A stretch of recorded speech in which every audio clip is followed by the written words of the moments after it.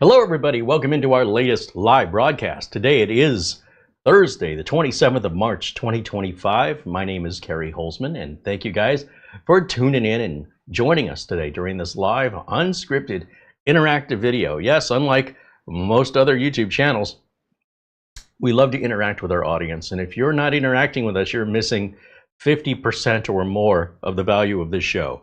The enjoyment in it, and the connection we make with people all over the world who all share a similar fondness for technology, computers, electronic gadgets, and of course, just like-minded individuals who are friendly and supportive, helping each other out.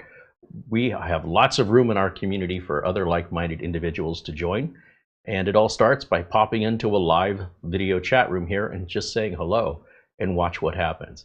I want to say hello right now to several members joining us and friends of the channel hanging out in the chat room as we're just mentioning. For example, Eugene Ildago joins us and says hello, as does Mark Baggett and Eddie Casanova. Mortant says hello. He says he's visiting his father. He'll catch the live stream later and sends an Amazon gift card. Well, thank you, Mortant. Thank you as always. He says, I finished my AMD birthday build. Oh, my birthday isn't until the end of April. I'll post some pics to the board when I return. Right on. Well, I'd love to see it. And tell us about the specs and maybe a little behind why you picked the CPU and the motherboard and the case that you picked. I'd love to know what's behind the decisions people are making. And I'm just curious about it, not looking to criticize it, what the goal was. And I think that helps other people who are overwhelmed with the selection of choices and how you decide. And of course, how you decide and how someone else decides, they don't have to align, but I do believe all of that information for somebody who's kind of paralyzed from all of the options might help guide them, whichever sense of reasoning resonates with them.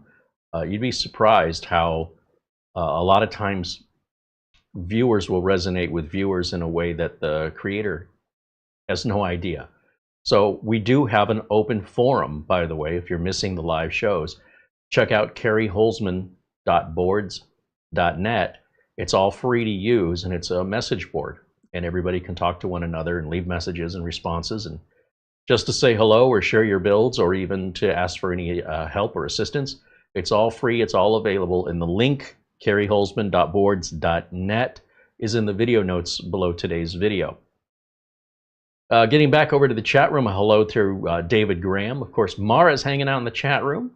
There's Scott saying hello, and Stephen Culver says hello. Luke Greenia joining us. Todd Wickham and 3D Everything say hello. There's Gary Bickle and Ben Laird. Ben Laird contributes £2. He says hello from Scotland.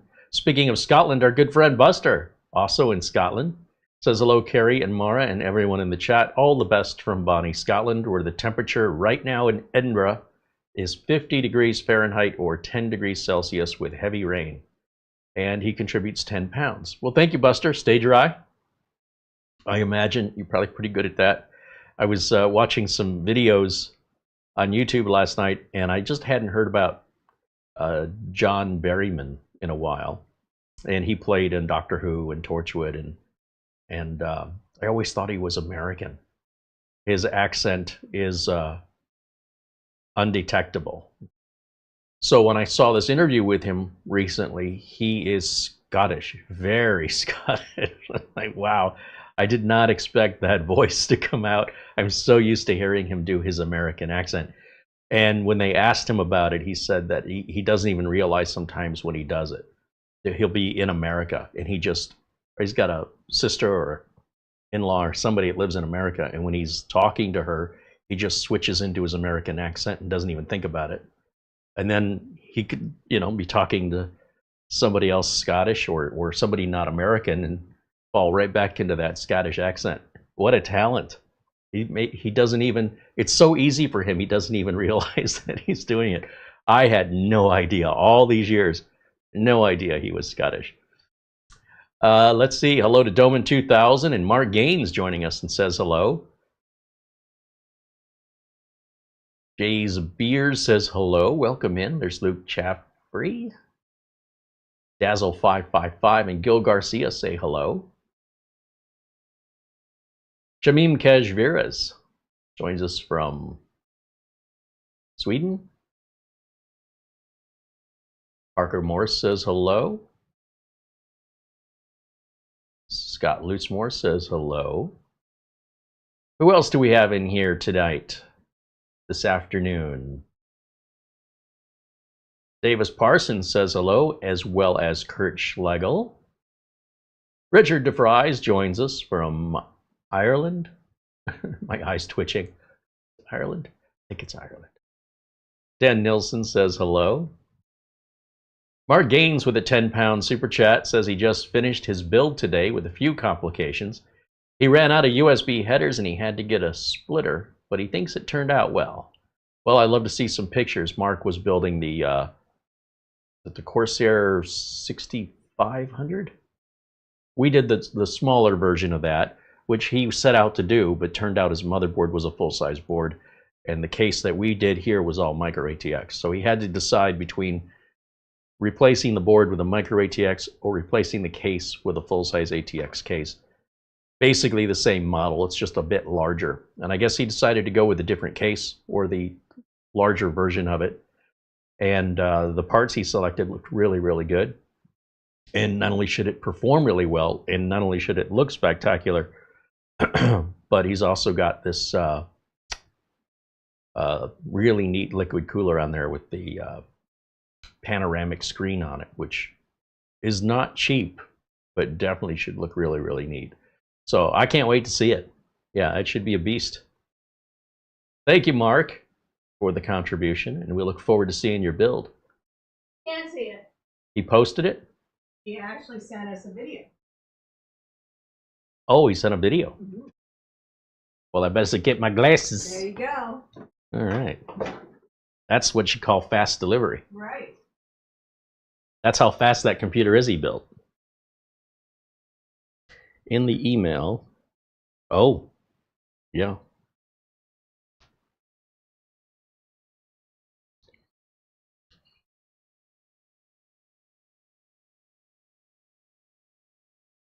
All right. Well, the room's a bit dark. I wouldn't mind seeing it with the lights on, and I don't think that the Trike's cooler. That's not the Trike's cooler, is it? Oh, maybe it is. Interesting. Let me bring it up to the camera. We'll just show it this way.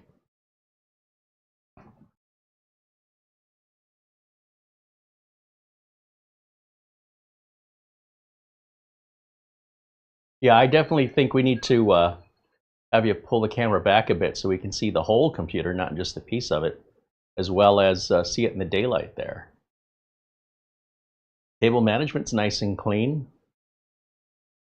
Not much you can do with the power to the video card there. And yeah, it's hard to get a scale of it. Like from that video, I can't tell that that's full ATX or micro ATX. So thank you for sending the video, and hopefully we'll get one in some bright light so we can see the build itself. But it looks fantastic. What do you think? Do you like it? Does it perform well? Is it quiet?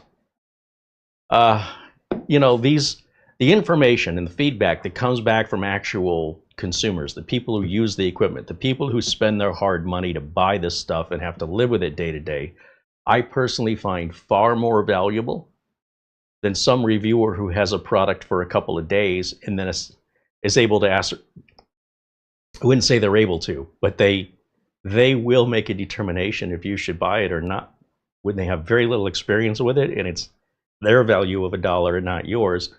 And in oftentimes they're not even paying for it. So it's very easy to be dismissive of something you didn't pay for, right? So getting that the feedback from actual people who've invested and who live with it is very valuable to us. And if you'd like to share your experience, positive, negative, or in between, or if you feel like there's a lot of reviews that are unjust, that are talking about a specific thing about a product that you think should be out there, let us know. Leave it in a comment or go to our boards, our message boards, and write about your experience, because as I mentioned, I keep all of that in mind. Some people have very unrealistic expectations. Some consumers buy something and they get upset if it, if it hasn't been hand delivered and set up for them, will they give you a shiny nickel? But most people are not like that. Most people are very reasonable when it comes to what they're expecting. And for the most part, when I hear from actual customers about issues they've had with other techs or other equipment they bought, I totally see it. Once they point it out, I'm on board with them. I say, yeah, you know what? This is wrong, and more people should be talking about this. So we'd love to hear from you. And again, the message boards are probably the best place to do that, since the video comments, they can be spread out all over the place and hard to find. The message boards are much easier to be a condensed place where everybody can share information, questions, experiences. You're all welcome there. It's all completely free. You just have to set up a free account. We're not collecting your data. I don't want your data. Let's be clear. But we do have to have some way to keep out trolls and spammers, and that's the reason why that's there. And you can thank the trolls and spammers for that requirement, but it is free. Okay, so today we're looking at a new mini computer. Oh, and by the way, thank you, Mark Gaines, and thank you, Morton. Thank you, Buster, if I hadn't said that before. You guys rock. Thank you to all the members, as well as a brand new member today, where I just had this on my screen. Where did it go? Ari D became a member today, supporting us here. Thank you, Ari. Welcome into our tech community. We hope you'll stick around. And David Graham also renews his membership today, now a member for 19 months. Our members are our sponsors. Our commercials are us telling our members thank you.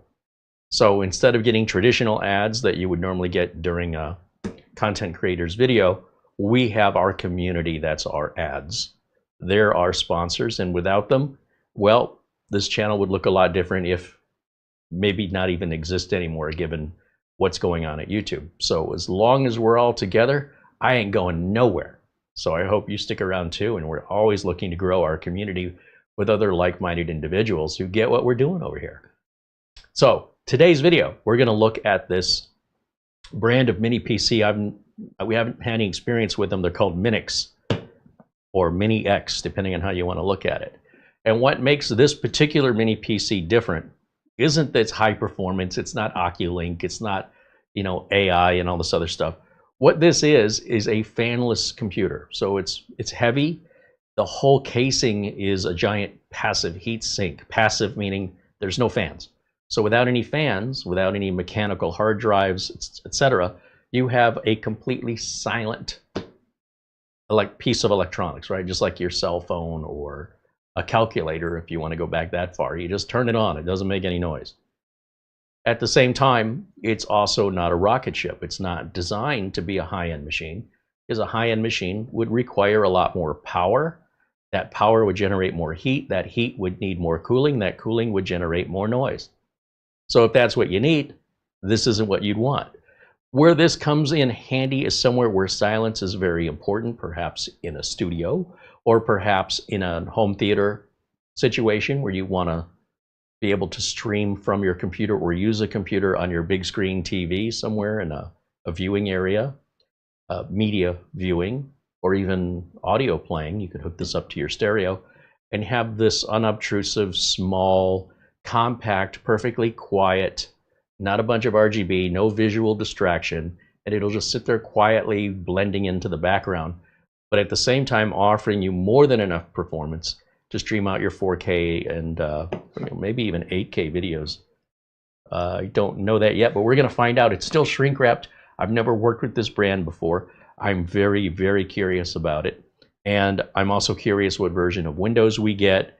It already tells us that it's an what they're calling a Z300, which I believe is the N300 CPU, which is the high-end Celeron processor equivalent from Intel. And nothing to turn your nose up at, because quite frankly, these processors, these budget line processors, are so much faster than what they used to be many years ago. We're not talking about that Atom CPU stuff, ATOM Atom. Yeah, those were crap. Even the Jasper Lake processors, not so much, but they were getting there. And here we are. This is effectively an i3 N300. So it's not even Celeron. On it. They're saying it's i3. It goes up to 3.8 gigahertz. It's got built-in graphics. It's got 16 gigs of RAM, which you can upgrade to 32 gig. The processor, I believe, limits you to 32 gig, not the motherboard. You've got, the RAM is a DDR4. It's going to be one slot. And, you're not going to get dual channel. Again, this is not a high performance rig here. It's got built-in 2.5 gig Ethernet port. It's got 512 gig of Gen 3 by 4 NVMe storage, upgradable. They say to 4 terabytes. I imagine there's no limit on storage. You could probably go to 8 terabytes, but why you'd spend $800 on storage on a $300 computer, I don't understand. But it is what it is. There's 2 HDMI outs. These are 4K outs, not 8K. So 2 4K 60 hertz video outputs. It's got a 3.5 millimeter audio jack. It's got a USB 3.2 Gen 2 Type C and 2 USB 3.2 Gen 2 Type A's and 2 USB 2.0s. This has a 12 volt power adapter. It's not the 19 volt power adapters we've seen before. And before I open this up, let's take a look together at the manufacturer's site just to see how they promote this. So let me jump over here. Now the links I'm showing you, they're all in our video notes below the video. And if I turn my window capture on, there we go. Yeah, we should be able to see this. So the model is Z300. It's the 0 decibel fanless mini PC. Again, 16 gigs and 512 SSD. It's a 12th gen Alder Lake N300 CPU. Now you see here they're wanting $369.90, but hold on, because I'll show you how you can save some money on that. I love that the antennas are external on this. If this had internal Wi-Fi antennas, your range would be terrible with a case made of metal that's this thick, which is required if you want the case to act as a giant heatsink. Also, because there are no fans on this, there's no dust collection. So if you live somewhere where there's a lot of dust, you're going to put this out in a garage, or you take it with you to sites where you're doing construction work. This is what you want to bring with you, because this thing's just like a solid block of metal. It's what it feels like. Anyway, when I picked up the box, I was quite surprised how heavy the box was. Let's see, performance meets serenity. Well, let's not get above ourselves with performance. The performance is fantastic for, if you consider what the equivalent of this was just a couple of years ago, this runs circles around it. But we're still talking about an entry-level budget PC that's specialized in the sense that the case is obviously going to cost a lot more money, being made of basically a giant heat sink. So you would expect to pay a bit more for that. It's also going to be far more durable because you have fewer moving parts. Well, you've got no moving parts effectively. So there's no motor to go out. There's no dust bunnies to be collected or inhaled. And there's no vacuum cleaner-like effect. So it doesn't matter how you set this thing down on its side or upside down. You're not going to be blocking any vents. Taking a look further down, it's an Octa-Core processor. So it's, I'm going to guess, 8 cores, and it's got Kimtigo premium RAM, whoever that is. I never heard of Kimtigo before. It's got Wi-Fi 6, so it's not Wi-Fi 6E or Wi-Fi 7. However, this machine probably would have a very difficult time keeping up with that, and it would add to the expense, which would take away some of the appeal if you had to charge more for it. So Wi-Fi 6 is probably the fastest Wi-Fi any customer I have has. Nobody has yet, that's my customer, gone to 6E or 7. I have personally, but I don't know anybody else who has. So I'm not worried about that. 2.5 gig LAN, I don't have any customers running 2.5 gig either. So this will run at 1 gig just fine. It's backwards compatible. It's got the regular M.2 NVMe in there. It's 512 gig of storage. Again, we get back to the dual display with up to 4K on each display. When it comes to our crystal disk, Mark, I mean, they're being honest here with the numbers. We're not hitting 3600. We could, but that would mean putting in a faster NVMe drive, and then you'd have to dispel that heat some way that the faster NVMe drive would ultimately be something you'd have to deal with, potentially. So if you're looking for a rocket ship, you probably want fans. If you want something that's perfectly silent and you're not chasing benchmarks, but rather you're actually, I know this is a strange concept for some people watching my videos, but you're actually using this computer to do something other than run benchmarks, I think you'll be very impressed with just how responsive it is based on these specs. And most human beings can't see the difference between 2,000 and 4,000 megabytes per second outside of benchmarks. And if you're that heavy of a user, this is not the right machine for you, right? So it's like buying a little sports car and you want to drive it off-road. You're just not buying the right tool. It's not anything against you, and it's not anything against the sports car. You're just got the wrong tool for the job. Now, that being said, it says it's got an anti-static shielding technology, which I assume all computers have.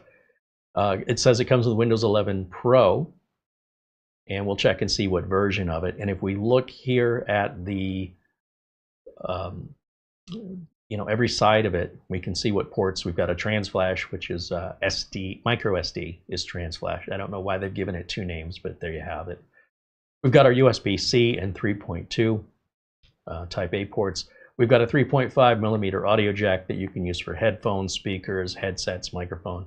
We've got our power button up here on the top. We've got the points to install the antennas, and they're like these cool paddle-shaped antennas that I personally prefer.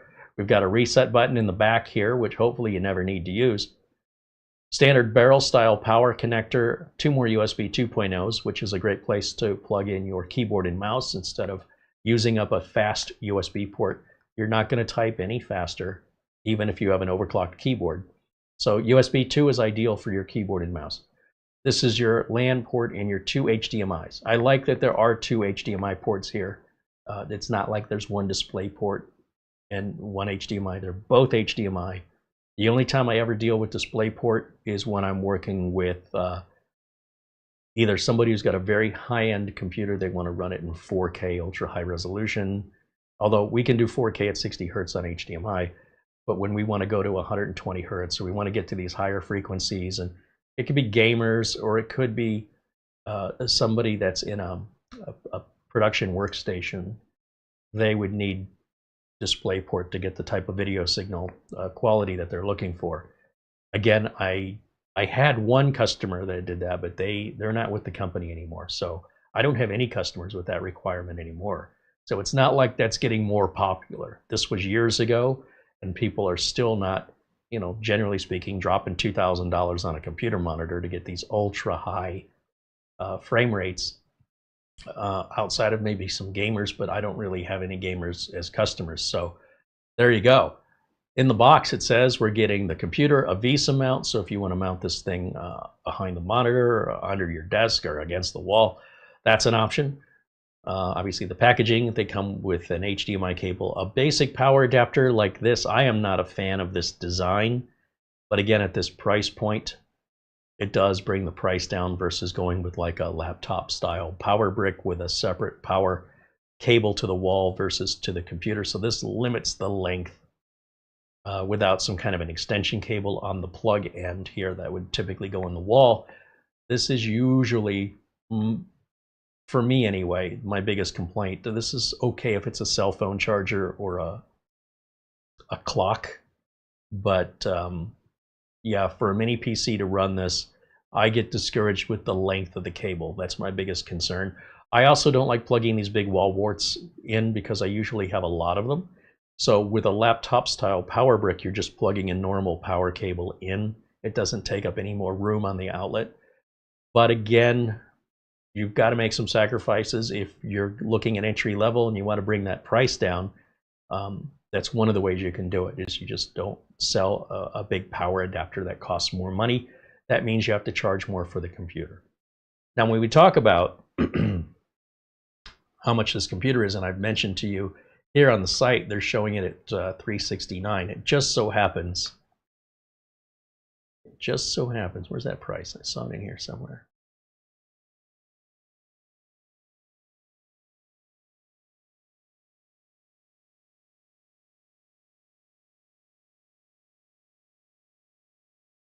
Right up here at the top. So Amazon right now has their spring prime deal days going on. We're right in the middle of it, and there's a lot of great deals happening at Amazon. They're not a paid sponsor here, by the way. Minix sent me this computer for free in exchange for review, and that is it. There's no other stipulations of what I can or cannot say or how I choose to review it. And I just want to put that out just for transparency. If I jump over here to the Amazon page, look at the price difference here. We've got $290.99, and it's spec'd out the same, 16 gigs, DDR4, 512 gig of storage. And it says it's a Prime exclusive deal. The regular price is $349. So if you're a Amazon Prime customer, these Prime spring deals are happening right now in all different categories on Amazon. I'm not quite sure what the dates of this are, other than to tell you as of March 27th, 2025, this is going on right now.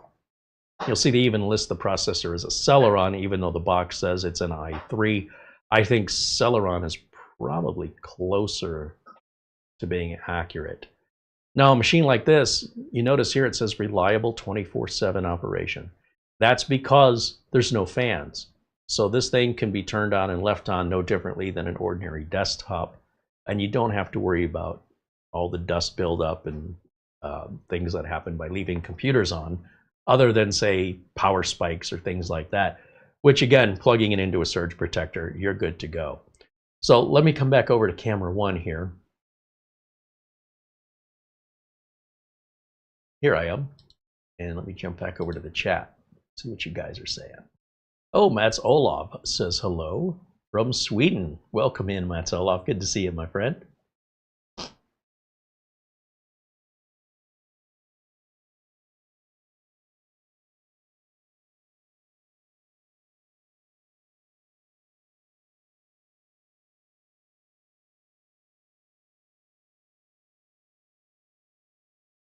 John Kennedy said he bought a Miniswarm mini PC he had to send back because it was making noise, but he sent it in, got another one, and the replacement's fantastic. Remember, you can't really control, the manufacturer can't really control how these are being handled in shipping. So if you do order a mini PC and you have an experience that's different, don't immediately think you've been taken. Mistakes happen, and anytime you have an issue with anything you buy brand new, I don't care what it is, you should be able to return that and exchange it or refund it within 30 days from any reputable seller. That's why I primarily shop at Amazon, because I only deal with one level of customer service. It doesn't matter who I'm buying it from, as long as I'm buying it from Amazon. And I make sure that it's not a third-party seller. It's, it follows all the Amazon rules. So I'm only talking to Amazon, and Amazon's handling all that. So I have peace of mind anytime I buy. And Miniswarm has been fantastic. As far as I'm concerned, I don't think we've ever had one go bad. And I think I only have one out there in the wild. We do have a couple more Miniswarm mini PC reviews coming up this week or next week. And I believe they have Oculink ports. So if somebody wanted something for gaming where you wanted to get the external GPU dock and plug a graphics card in it, these $500 machines will do that. This is half the price, well, nearly half the price, but it's also not designed for that purpose. So stay tuned and keep watching. And of course, there are, as Lou Greenia mentioned, the Atoman line of mini PCs that have built-in graphics cards. But ideally, if you want something high-end, you probably want a desktop computer for gaming. I don't recommend these mini PCs for gaming overall. If you're a demanding gamer, I don't think you'll be happy. And the amount of money you'll spend will ultimately cost you more. The cables go everywhere. It looks terrible. But everybody does their own thing. You do what's right for you. If I wanted a gaming rig with a big graphics card in it, I would be building a desktop computer. I would not be trying to put it into a mini PC. That's just me. On the other hand, if I'm trying to put together a home theater PC, or if I'm trying to put together a PC for business signage, or even just general business use where I didn't want to invest a lot of money in these computers, then something like this would be ideal for everyday ordinary PC use, which includes paying your bills online, checking your email, checking your social media. You could even do content creation on this. Most people don't, but you could. And it's not going to break the bank. You don't have a lot into it. It's probably not a 10-year build in the sense that the processor will start to likely feel slow in about 5 years would be my guess. It will still run, and depending on how you use it, and if you grow and your needs change, you may find it's time to replace it. As far as reliability goes, I don't expect this to be any more or less reliable than any other mini PC or laptop. It is fully Windows 11 compliant. We get a number of requests now from manufacturers who are lesser known that are trying to get rid of old inventory by circumventing all of the Windows 11 requirements and taking machines that are not Windows 11 compatible, and they put Windows 11 on them. And we get questions like, would you review this? And I look at it and I'm like, well, that's not a Windows 11 compatible CPU, but you've put Windows 11 on it. You've circumvented it. And they're like, yeah, maybe you just don't mention that. Like, no, I don't do that. We've had a debate with another manufacturer where we called them out on it. And their attitude was, why would you say it's deceptive from us? We said it comes with Windows 11, and you got Windows 11, so what's the problem? Yeah, the problem is, if you run the Microsoft PC Health Check, it says the computer's not Windows 11 compatible. And what ends up happening is down the line, well, that compatibility right now, a lot of people are just ignorant of it, and they think, well, it works today, so it'll work forever. That's not how Windows works. And what's going to likely happen, and we don't know when, this is the key, is there's going to be an update. Microsoft's going to flip a switch, and all those non-compatible Windows 11 installs are going to either stop working or they're going to stop evolving. They're going to stop getting updates. And wherever they stop is where they stay forever until you put Windows 10 back on it or Linux or something else. But Windows 11 will essentially not evolve any further on that hardware because that hardware doesn't have what it takes for those evolutions to work properly. It's not a game. It's not there just to sell you something. There's a legitimate reason behind it that deals more than just TPM and more than secure boot. Your processor has to have the ability to do certain things. And the more we get into AI, even non-AI processors in a few years may likely be required for some future version of Windows that simply will not run without it because the code requires it to execute certain processes. This is the constant change that happens in this industry. It's the way it's always been. I don't think it's ever going to stop in our lifetime. So set your expectations accordingly. If you want to circumvent the requirements for Windows 11 and bypass that just because you saw a video that shows you how, understand that there are consequences to that that are not immediately noticeable and will likely occur to you at the worst possible time. And I don't mind that people want to do it. What bothers me is they think they're getting away with something. You're not. You're prolonging the inevitable, and you're making it that much worse, in my opinion, especially if I sold it to you, right? And you were under the impression you were getting a Windows 11 computer, and then you come to find out, a year or two later, your computer's not running right, and some other person tells you that never should have had Windows 11 on it. How would you feel about me? Wouldn't you feel like I'm a swindler? And yet people will swindle themselves. So if you swindle yourself and you try to make an old computer last longer by following some hack on YouTube and bypass all the requirements, you have swindled yourself, and you will eventually be your own scammer, right? And the difference is you'll know the only one you have to blame is you. And if you want to go down that road, I wouldn't tell you not to. But I can't go down that road as a professional business and have my reputation thrown down the toilet because I'm trying to dump some old inventory and trick people. Because that's the way I see it. If you can't be honest, if you've got to omit things or dress things up to make it look like it's something more than it really is, I don't want to do business with that person or that company. If these companies just flat out said, hey, this is not a Windows 11 compliant computer, but we circumvented it to put Windows 11 on it, I might be more interested in showing you their product when there's full transparency. That's why today's computer and the mini PCs you're seeing are all going to be Windows 11 compliant, or we're not reviewing them unless there is that exception where the promotion page, the company page, the Amazon page all boldly states this is not Windows 11 compliant. I've never seen one do that before. I've seen them putting Windows 11 on non-Windows 11 compliant computers, and then they just don't talk about it. And if you complain, they say, well, we said it came with Windows 11 and you got Windows 11, so what are you complaining about? It's dirty. So anyway, we're not working with those companies, and I want you to know why. If you do it to yourself, that's your business. Now, let's open this up. Let's see what it looks like. I got that off my chest.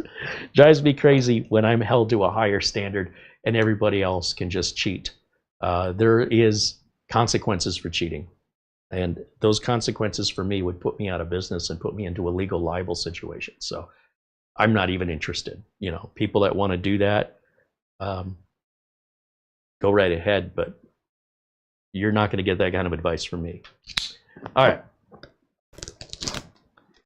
I like to do these unboxings live and unscripted from just even the shrink wrap removal, because I want you to see that if you were to order this, how it should be packaged and what it should look like and what it should include. And then when we turn it on the first time, what version of Windows 11 does it have?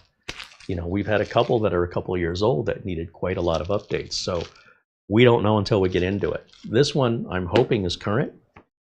Yes. Can you check? Dropped frames. We have had very few drop frames. 0.5%. It's only 311. It's almost nothing. Yeah, so I don't know if anybody's having connection issues there, but that does not seem to be on us from what I can tell. Okay. But I'm saying every 5 seconds videos.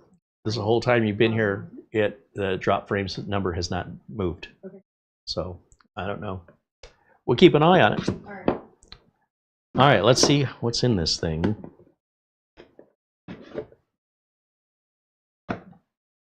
Packaged like so. In fact, let's go to the closer camera here.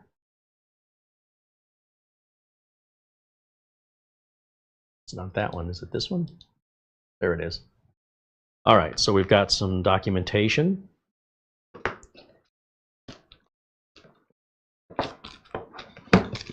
This thing it's like a little brick. It's heavy. There's the Minix ports underside of it here with a warning: do not ingest the battery. So I guess you can ingest everything else. I don't quite understand that. There's a screw in the center of each foot, so you don't have to remove any feet to get the bottom off of it. It does say Mini Core i3. It does not say Celeron. It says i3. We've got a QR code here, serial number, and of course all the ports match just what we saw online here. Screw here for some reason. A couple screws here and here. The ports for our antennas. I'll set this down. It is heavy. All right, where's our VESA bracket? And then getting back to the box here, we should have our power adapter and HDMI cable. Oh, give us a much longer than expected HDMI cable. And what is this? Oh, okay, these are one-size-fits-all power plugs. So essentially, the use you put on if you need the, I think what country that is, the triple flat blade versus the round ports versus the American style. So essentially, you get a power adapter that has no plug on the end of it. And what you do is choose the plug for your country and simply slide it on here like so. Should just slide and lock in if I do it right.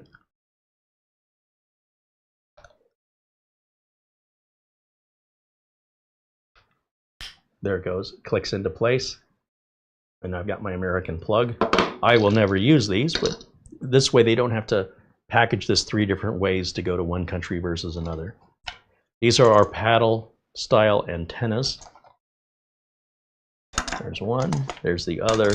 This is a wire management Velcro tie. I'm not sure why, but couldn't hurt. And then this little bag of screws is going to be for your VESA mount. And that's all she wrote. That's all that's in the box.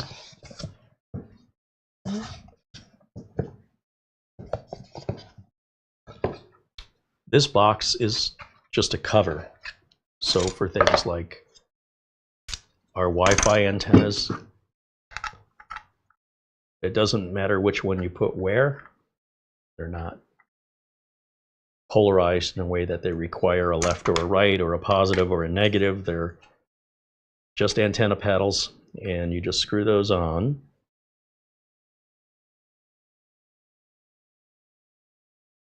And I like to just point them up, something like that. I'll put these back in the box. I'll put this back in the box. And I'll put this all back in the box. Set this over here and go back over to our main camera. Here we go. And we'll get this plugged in and we'll turn it on for the first time and we'll take a look at how Windows is set up. We'll go through the out-of-box experience where we answer all of the user questions and such. Again, my challenge with these is simply cable length. I'm just not a fan of the cable being what is essentially about 5 feet, maybe 4 or 5 feet. That's going to limit, for me anyway, where I can place this. So what I'd have to do is get an extension cord to plug here. And I'd much prefer if there was a separate plug going to the wall and then a plug on the other side going to the computer. That would give me another 5 feet usually, and typically the way a lot of mini PCs and laptops ship. The other concern is just how much space this takes up on the surge protector. If you only have 1 or 2, it's not a problem, but as soon as you get more than that, you start needing to buy special surge protectors that have the outlets spaced out more. So that's a bit of a bummer, but again, at this price, it's hard to complain. Let me get this plugged in, and I'll get my power moved over so this will reach. I'm not quite sure how far I'm going to get this, but I think we'll be okay. Oddly, it goes in on the side towards the front. Is it the front? No. This is the front, even though the writing is here. This is not the front. This is the front. And usually the antennas go on the back, but the antennas go on the side. But all of our plugs and ports are back here. So I guess just the lid kind of throws me there. Yeah, this is definitely the front of it. So let's fire it up. We got a blue light that just came on. Of course, there's no noise coming out of this. I also need to hook up an HDMI cable, which I should have done before I just turned it on. I leave it unplugged from the internet while we set it up. So we'll plug in just an HDMI. I probably need a keyboard and a mouse too. So I'm a bit overzealous in getting this fired up.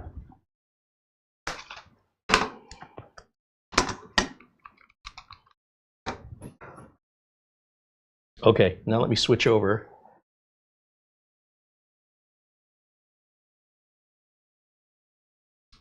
No signal. Okay, that's firing up.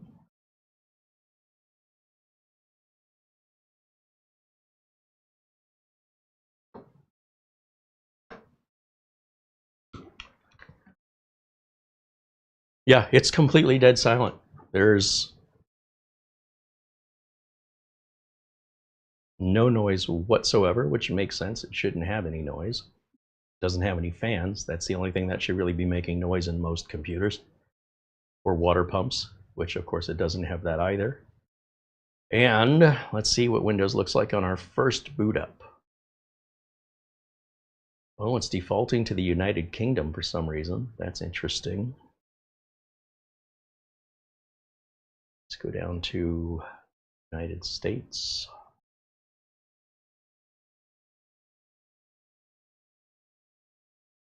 So,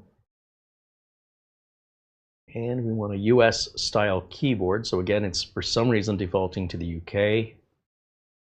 And we want United States. It's not a Dvorak keyboard.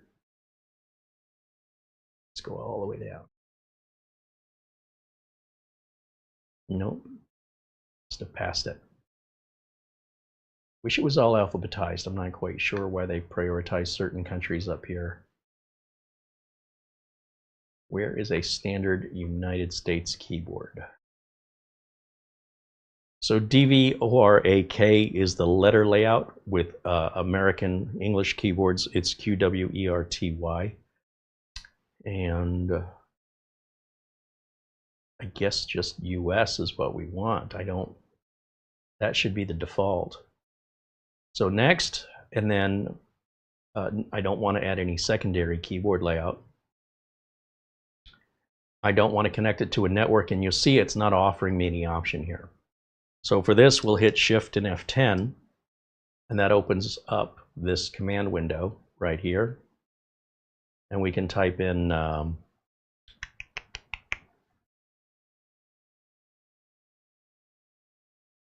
OOBE /bypass NRO, enter.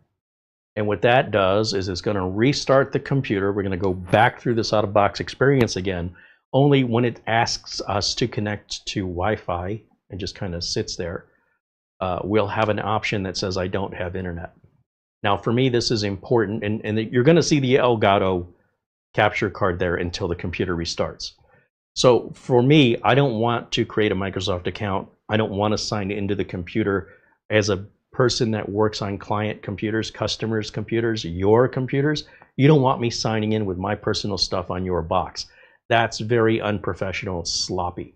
So in order to prevent that from happening, I create a local user account, which Microsoft is more and more trying to get people to force people into getting their Microsoft account. It's free, and I'm not opposed to it. It's just not professional for me to sign into a Microsoft account that either A, isn't mine, or B, is mine, but the computer isn't mine. Microsoft is really not intending for a technician to do this part of the setup on behalf of the customer. Well, too bad, Microsoft, because I offer my customers better service than you do. And so for Microsoft, they require all customers do this on their own and basically forbid a technician from doing this on behalf of the customer, which I think customers should have the choice, and Microsoft should not be able to dictate that.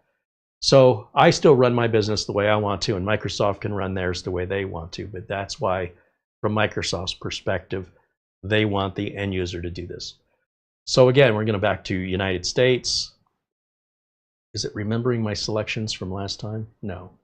We'll select a US keyboard right here and skip the secondary keyboard layout. Now when it wants to connect us to Wi-Fi, this button down here says I don't have internet down here at the bottom. We'll click that, and usually we have to tell it twice. No, we didn't have to this time. Then we get the license agreement, right? So there's probably some legal team in Microsoft that says the actual end customer has to accept this, but there's no way to know who accepted it. So there'd be no way for them to prove the customer didn't accept it, or if the tech did it for them. You know what I'm saying? Like, that's unenforceable. So anyway, back here we'll just put a username of user, because once again, it's not my unit, and that's a local account. I'm going to leave it password free so it just boots up to the desktop without hesitation. I turn everything off but location settings, and the reason I do that is the location settings are going to keep our date and time always updated, including daylight saving time. On top of that, I also like, when I do Google searches, I'm looking for something close to me. And if I don't specify where I am, it doesn't know what to recommend. It just guesses. So I might be getting results in another state.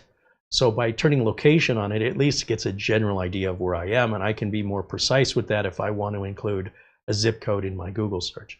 But for those reasons, I personally prefer to leave location on. Click accept. Now, I think you'll find that this computer is actually quite responsive. Sometimes people look at the specs and they immediately judge that book by its cover. I've been underestimated my whole life. So I personally see as an advantage when people underestimate me because I'm not tall or I don't appear, I'm not muscly, but I'm quite capable. And when people underestimate me, that's to my advantage because they're never prepared for it. And I feel a hindrance with this little mini PC because I think a lot of people, they see those numbers, they see that processor, and they immediately dismiss it. They dismiss its abilities, they dismiss its benefits because it doesn't match the history of what they're accustomed to. But the technology is moving so quickly that today's budget machines are just effectively equivalent to the high-end machines of just a couple of years ago. So depending on what you want the computer for, you might find out that you're spending way too much for way more power than you're ever going to use or that you're currently using. And you could have saved money and bought something less complicated, which is also, in my experience, far easier to maintain it, less problematic.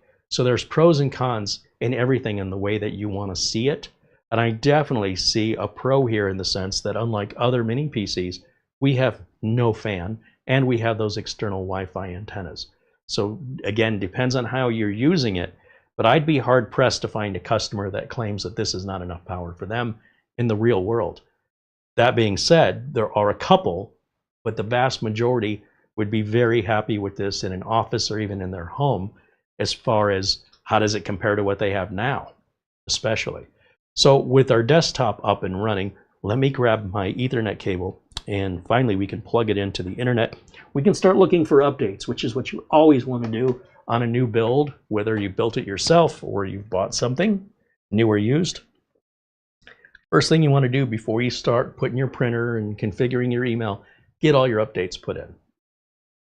I am curious by just right-clicking here and going to the system tray, what version of Windows we have. We come up here, we can verify our processor here at the top. We've got our RAM installed here. It is Windows 11 Pro and it is the latest 24H2. I am relieved to see that, quite frankly, especially on the budget line, and especially when you look at this price range, how many other mini PC manufacturers are selling old inventory at this price. This is brand new inventory, so you're getting something current. It looks like we're in 4K resolution. I want to adjust that because it's very difficult for me to see. So I'm going to go to display settings and I'm going to change this to 1920 by 1080.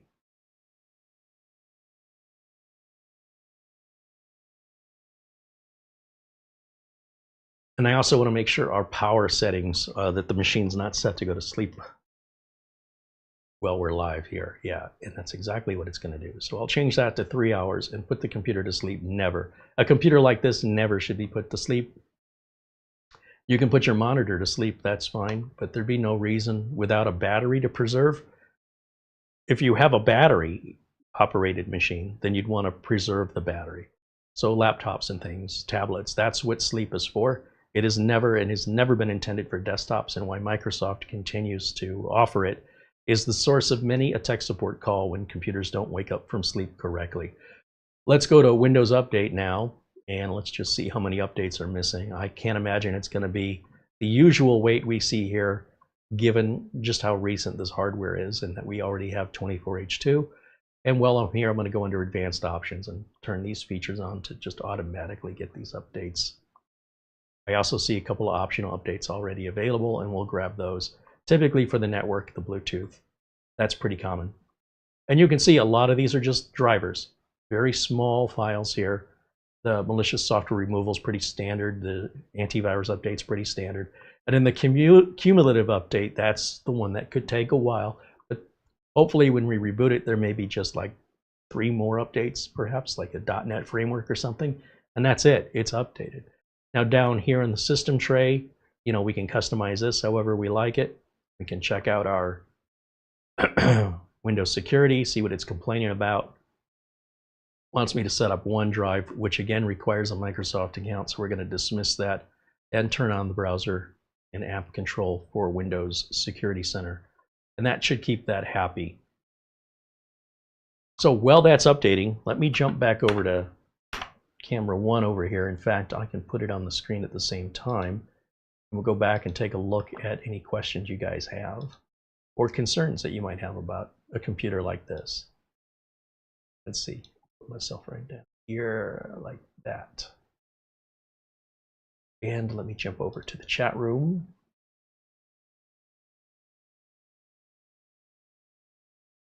There we go.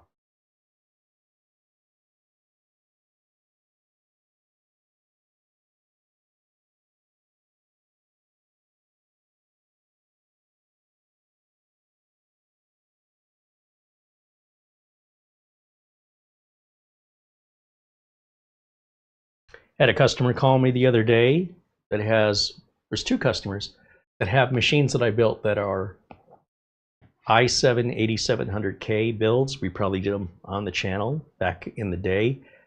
I think he said it was 2019, and he still got Windows 10, and he was asking about Windows 11. And yeah, he's right there. He's right at the baseline of what the minimum requirements of Windows 11 are for, having an 8th gen CPU. He's happy with the performance. He's got no complaints, so he was concerned if he needed to replace anything. I said, look, as long as the thing still performs, that you're happy with the performance, we can throw Windows 11 on it. There's no cost, and it's fully compatible. So, he could get another 4 to 8 years out of that machine if his needs never change. And they always say, the customers always say, oh yeah, I'm never going to change. I'm never going to do video editing. I'm never going to do photo editing. And sometimes they're right, and sometimes things change. And that's okay. I just let them know. As long as the computer meets your needs, once we put Windows 11 on it, you're good to go until some other requirement of Windows 11 eventually comes around, which, I can't predict, that would make your processor inadequate or incapable, such as AI requirements. But that's not even on the board right now, so I wouldn't be surprised if he gets another, minimal 4 years and upwards of another 8 years out of a build that's already 6 or 7 years old, which is ridiculous, right? Having a computer that's over 10 years old and using it every day in business normally is not recommended, but he bought a nice machine at the time, and because he didn't cheap out, he didn't get the cheapest thing, he doesn't have to replace it. So the benefits come in time. It ultimately will save you money. If you get the right thing the first time, then you won't have to keep replacing it, which is not only a hassle, it'll also end up costing you sometimes twice as much or more. And if you just spend a little bit more right out of the gate so that you are prepared, the odds of that occurring where you have to deal with either reliability issues or compatibility issues in the case of Windows 11, those significantly get reduced, even if we didn't know at the time what those requirements were going to be, by being at the latest, and not the fastest, not the highest end, but also not the cheapest and lowest end, right? We got right at the beginning of the high end with the 8700K at that time. There wasn't much above it, and you can see from just the passage of time, I've got 2 computers, 2 customers still relying on those today. I also have a customer that's got 2 7700Ks. Those are not Windows 11 compatible, and they will need to be replaced. And that's just a question of timing, right? We just didn't know at the time. But those computers, by the time Windows 11 is, basically required, which is October, those computers should be about 10 years old. And normally we don't run computers that old in businesses. That's just not a normal thing. The fact that you can, and it's working so well, is a testament to the philosophy that I have, that you don't have to buy the most expensive thing, but also don't buy the cheapest thing. The problem with that logic today is so many things have come down in price that the perspective of what's expensive and what's cheap is changing. So for example, you can buy a nice high-end mini PC right around $500. And I'm not talking about gaming, I'm not talking about like super high-end stuff, but 12900K processors with 32 gigs of RAM and terabyte of storage with OcuLink all of that in a mini PC, starting right around 500 bucks. That to me is insanity. That is a crazy low price for that much power. That was easily twice that money 2 or 3 years ago. So there's some real deals to be had, since all of this extra power that people are getting isn't necessarily needed by the majority of people who want it. Not that it's a law that it has to be. If you've got the budget and you've got the enthusiasm to always want the latest and greatest, you will always be spending the most for it. There's no problem with that. But if you want to make a more sensible purchase, don't just buy the cheap thing. And don't buy the most expensive thing. The cheap thing will have to be replaced that much sooner, likely have issues sooner. The expensive thing will depreciate more quickly. It may be more finicky as you're a pioneer figuring out what needs to be fixed, the manufacturers then have to update BIOSes, etc., to deal with any problems. So you're paying more and having more problems, or you're paying less and having more problems. But in the middle, in my opinion, that's where you want to be, somewhere in that middle, which is a much wider range of selection than on the low end or the high end. So for this, you know, you are just right at the edge between low end and middle. You're still considered low end on this, but I've got to tell you, when you draw that line and you say this is low end or entry level to this is mid range, which is probably the most common thing purchased by consumers and businesses alike, then you've got your high end, which is more enthusiast level. They don't sell as many of those, but has a very strong enthusiast community online. Might give you the impression that that's what sells, but it isn't. It's just that those people are more vocal and they're more online than the budget owners and the mid-range owners that make up the bulk of purchases.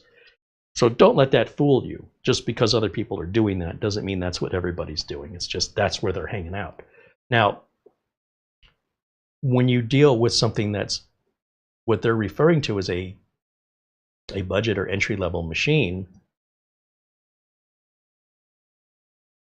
at this price point, with the amount of RAM and storage you're getting, it's hard to believe you can get this much at this price. So back in the day when we were getting fanless power supplies, those power supplies were easily 2 to 3 times the cost of a similar power supply that was that had a fan. The fact that you can have this without a fan did not triple its price. That's where my mind is getting blown with how inexpensive this stuff is becoming, yet how much more capable the entry-level stuff is compared to the entry-level stuff of just a couple of years ago. So overall, for what this is designed to do, I don't know what there is to not like about it. It's got a great price. It's built like a brick. It's likely going to be, more than likely, whoever owns one of these will never have a problem with it, other than it just can't do what they need it to do in a matter of time. When the software evolves and things change and requirements change, well, this will continue to work. My prediction is this will continue to work 50 to 70 years.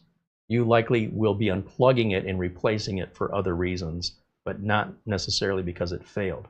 And that's not to say, again, this is not an absolute, that these are incapable of failing. It's just highly unlikely. And in the event that there is a failure, we should go and look at what our warranty is on this, because I'm just curious. Usually machines like that have a bigger warranty, quite frankly, because they know you're statistically not likely ever going to need it. There's just really nothing to fail here. How often does a calculator break? You know what I mean? It happens, but it's pretty rare. When we get everything solid state like this, we significantly reduce the odds of a component failure. There's still power spikes and there's still random failures. There's nothing you can do about it. But they don't represent the normal experience people will have with modern technology. It still happens, and it happens for various reasons, but it's not like it used to be. You know, the failure rates are far, far lower than they've been in my career. I can tell you because the repair calls that I get sent out for don't involve replacing mechanical hard drives anymore. And I'm not replacing power supplies like I used to. Everything's getting better. So when we can continue to keep improving, The points of typical failure include motors. So spinning hard drives have motors, fans have motors. These motors, they move, and that move creates wear and tear and eventual failure. Plus, there's other aspects involving noise and dust buildup that can also be a consequence of motors. So that being said, I'm kind of excited to see where this is going. Because if this is an N300 today, imagine, give it 2 more years, what this will be. At some point, you know, you're always going to have your enthusiast community that want to overclock and liquid cool and all that stuff. And they'll spend, you know, this is 290, they'll spend 2,900. And great for them. You know, I don't have a problem with it. But I can tell you, more buyers will buy the $290 computer, just overall. By far and large, that's what most buyers are going to buy. Now, that being said, my goal here isn't to sell you one of these, but rather just introduce it to you, make you aware it exists, and it's up to you to decide if that fits into any particular needs you have. So the small footprint means it does great in a garage, or, you know, and I keep touching it because it's really warm. But of course it's going to be warm. This whole thing's a heat sink. That's what it's supposed to do. But it's relatively warm. You want to touch it? You know that sucker's on. You put your cup of coffee on there and keep it warm. Oh my God. It's not that bad. I mean, you haven't lifted your hand off. It's warm. Yeah. And that's why you can't put anything higher than an N300. They've obviously studied it and said, okay, at the state we're at with processors right now, this is as high up as we can go on processor power consumption and heat while keeping it passive. They've done all the testing for us. They know that's as good as we can do today. But you just wait. These processors will get more and more powerful, but the heat sinks won't necessarily get any larger. Yeah, well, we're in the temps on. I'm just doing the updates. But good idea. It's pretty neat, though. Pretty neat. Do you hear it? I do not. Of course not. a tiny little whir. That's the ceiling fan above you. Yeah, no, that's that. No, there's no whir. This is 100% silent. No, I hear it. No, you don't. You don't. I do. It's not possible. Oh, you know what? I guess I don't. No, you Wow, don't. it is the ceiling fan. Oh my goodness. That's It's pretty like neat. telling me you can hear a circuit board. Like you can't hear well, a circuit board. All right. No, okay. it's the ceiling fan you're hearing. Okay. Yeah. Yeah, it is 100% silent. Yeah. Yeah. When they say 0 dB, they mean it's silent. Apparently. Yeah. It's not possible for it to make noise. It's not even. Okay, good. Thank you. All right, is this restarting? Oh, no, it's still installing that cumulative update. All right, let me go back over to the chat as I was trying to do before.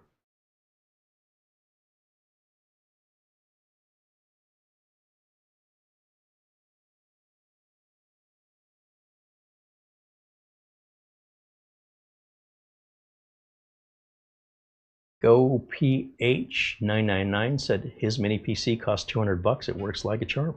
Yeah, for sure. We've had some $200 mini PCs here that, you know, again, not fanless, but certainly a great price, especially when you consider the MSRP just for the operating system from Microsoft. Almost like you get the computer for free, darn near.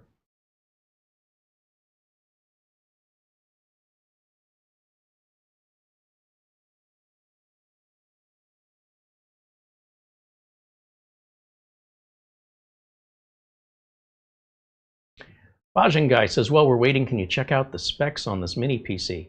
So we did that right in the beginning. The DVR mode should be turned on, and you should be able to rewind the video when we go over the specs. I'm guessing you joined a little late and missed that. And we have the links to the specs in the video notes, so you can go on your time and scroll through that and peruse through it at your convenience to the level of detail you're looking for. But I do encourage people, if you're joining us late, be sure and know that you can rewind this video right now while it's live and go back and see what you've missed. Let's see if we have any other questions here.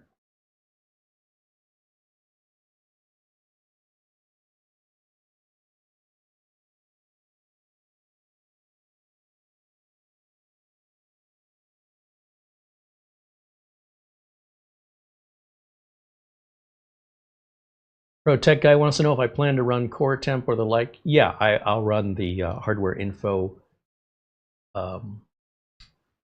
monitor on it and see where our temps are, because the case is warm. I mean, it's almost uncomfortable to touch. It's right on the edge. Like if I were washing my hands and the water was this hot coming out of the faucet, I would likely, this would be too warm for me to wash my hands under. But that's what it, it's doing what it's supposed to do. Likely the sticker, this big white sticker on top, is probably not helping with our heat dissipation. But sometimes during Windows updates, the processor can work quite hard. And I consider doing the Windows updates a great benchmark with regards to testing the machine to see that it operates as it should without crashing or any sort of failure. This is real world use versus simulated use. In my experience, simulated use doesn't even come close. It's not even, we can run Cinebench on it, but that does not represent any real world use I've ever seen in my life. It's so extreme and extraordinary that, I see people torture the heck out of computers to see how capable the computer is, but I don't see them testing themselves to see how capable they as human beings and computer users are. In most cases, in my experience, the ones running those simulations never come close. Overall, I'd say 90% of those people measuring the performance, to me, the performance that matters most is the end user's abilities, not the computer's abilities. So by just measuring one and not the other, there's basically what a car is capable of doing and what a driver is capable of doing. A lot of people think that it's very easy to drive a car 130 miles an hour. In your head, yeah, it probably seems easy, but when you're actually doing it, knowing any little mistake can result in the ending of your existence, or at the very least cost you a lot of money. It definitely requires a skill. And by honing that skill, oftentimes a skilled driver can win a race with a slower car because they know how to drive it better. So it's more than just performance that we're measuring. We also have to measure the end user, because if the end user is incapable of using that performance, then it's just a form of entertainment for them it's like a video game to run the benchmarks.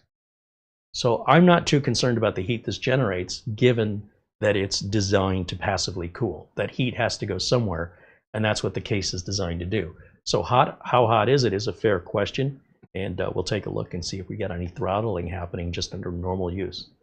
Because you definitely don't want to see throttling happening under normal use. Let me go back over here. Yeah, we're still installing up there, so keep just stalling for time as we wait for that first update to finish.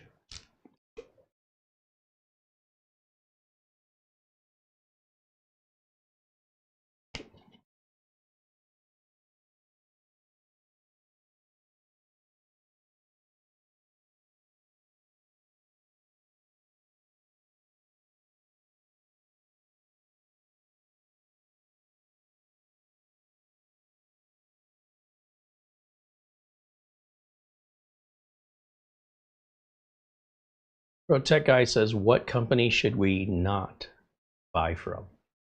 I think if you're buying from Amazon, especially if you're an Amazon Prime customer, you have the peace of mind that you can return what you buy within 30 days for any reason, even that you just changed your mind.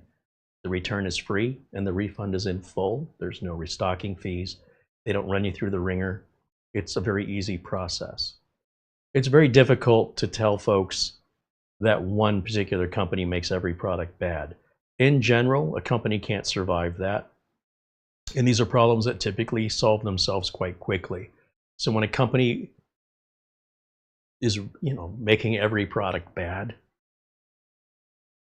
or they're selling it for too much money, word gets out much quicker on the negative stuff than on the positive stuff.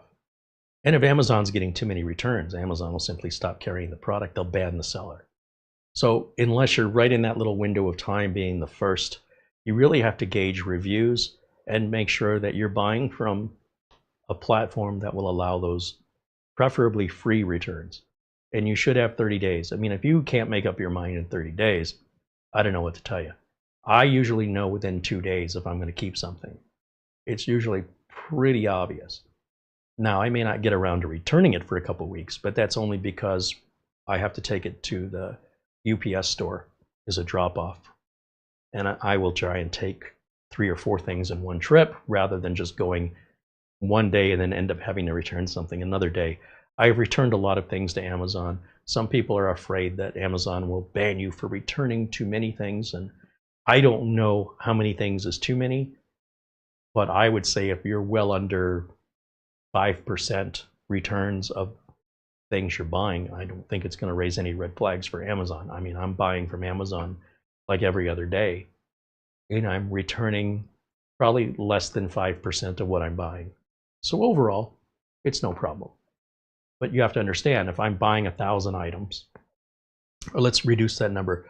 Let's say I buy 100 items and I'm returning 5 of those 100 items, even upwards of 10, from 5 to 10%. Amazon doesn't blink an eye, and I can tell you that from experience. If you're returning large, expensive items frequently, that might be a red flag for Amazon. So for example, if you might be somebody who's buying expensive things, reviewing them, and then sending them back to Amazon, and you might get away with it the first couple of times, but after a while, Amazon's going to catch on and realize, they're not a library. So under regular, legitimate need to return, you shouldn't ever be a problem. And only people that are doing something suspicious, that are returning things constantly, are the ones that end up getting flagged. So the extreme opposite is somebody's afraid to return anything to Amazon because they don't want to get flagged. Legitimately, if you want to return something, return it. And then it doesn't really matter about the company. You're covered. So between the reviews that other customers leave and with Amazon's return policy, you have that peace of mind. But if you want to buy from AliExpress or Temu, you kind of get what you get. It's like shopping at a garage sale. If you want to shop at a garage sale, you might find a good bargain, or you might just be buying just a piece of trash. But then some people are into the gamble of that. They enjoy that for the thrill of it. I don't run a business that way for obvious reasons. I wouldn't stay in business if I did that to my clients. But if you're not my client and you're not running a business, or you are running a business and you're a gambler, just set your expectations accordingly. It's not like too many people in the world today, in my opinion, are looking for absolutes. If this doesn't solve my problem 100%, then why are we discussing it? Well, the world has never been absolute. There's no absolute way to prevent somebody from stealing your car. You can put a car alarm on it, you can roll up your windows and lock your doors, but they can still steal your car. These are what we call deterrents. And what they're doing is they're making it less likely that your car would be stolen. If you make it easy, you're basically asking for it. Not that it's your fault. We should be able to live in a world where people, don't take things that don't belong to them. Unfortunately, that's not the world we live in. And while there's no 100% solution to many problems that we experience as humans on this planet, we do implement, or have the option to implement, things to discourage and deter these other things from happening. Whether, you can eat healthy, but that doesn't mean you're not going to get hit by a bus. Or you could have just bad genetics, and it doesn't matter how you eat, you're still going to not have the lifespan that others may have who have better genetics. So to find this absolute in any aspect of life, it doesn't exist. So I'm not aware of an absolute company you shouldn't buy from, other than to suggest that if a company's been around, they're not brand new and they just came out. Anything brand new, you're going to be a pioneer on, right? You're going to be one of the first. Anything can go wrong. Even reputable companies like Intel and AMD, when they release their first generation products, including NVIDIA, if you want to be first and you want to pay all the money, you're going to be the first to deal with the problems and have to wait for the solutions. For everybody who waits, give it 6 months, give it a year, those solutions are already in place. The prices will come down. There's not a big sellout of it. All of that's behind you. But some people enjoy the thrill. And for me, I don't. If I'm giving my money to buy something, I'm not going to put any work into buying it. I'm not going to, do a special dance in order for me to buy a product. If I can't just give you my money and get the product, I'm not interested. I got other things to do. So in much the same way, a business wouldn't play that game with their customers. And if they did, they probably wouldn't be in business very long. So I'll let the enthusiasts with the time and the money, let them be first. I think it's great because they can deal with the problem. So by the time I buy it, it's just available on the shelf. I'm not on a waiting list. And all of the issues have been resolved through driver and BIOS updates by the time I get it. Then when I'm selling it to a customer and I'm representing it, my customer can say, you know, Kerry always sells us good stuff. My customers are not guinea pigs. So if I experiment with things like, say I'm going to experiment with a fanless mini PC, I need to experience it, or I need to put it in the hands of a friend, someone that can use it regularly and let me know of any issues or concerns before I can make a recommendation to a customer. Because when I make that recommendation, the liability now falls on me for the life of the unit. So it's just the way I run my business. All right, let me just take a quick look here. Now we're ready to restart. So let's go over here, restart this bad boy. And when it reboots, I'll get my flash drive so we can run HW info on it, hardware info. But yes, do expect this is going to run much hotter than what you're probably accustomed to, and that's what it's designed to do. David Graham with a $2 super chat says, I always get the itch when I watch you. Yeah, we have a lot of fun toys here, but honestly, when it comes down to the practicality of what I'm using, there's not a machine I have here that I personally wouldn't use. I just don't have any use for it at this time. So many of the desktops we built here are very high-end desktops.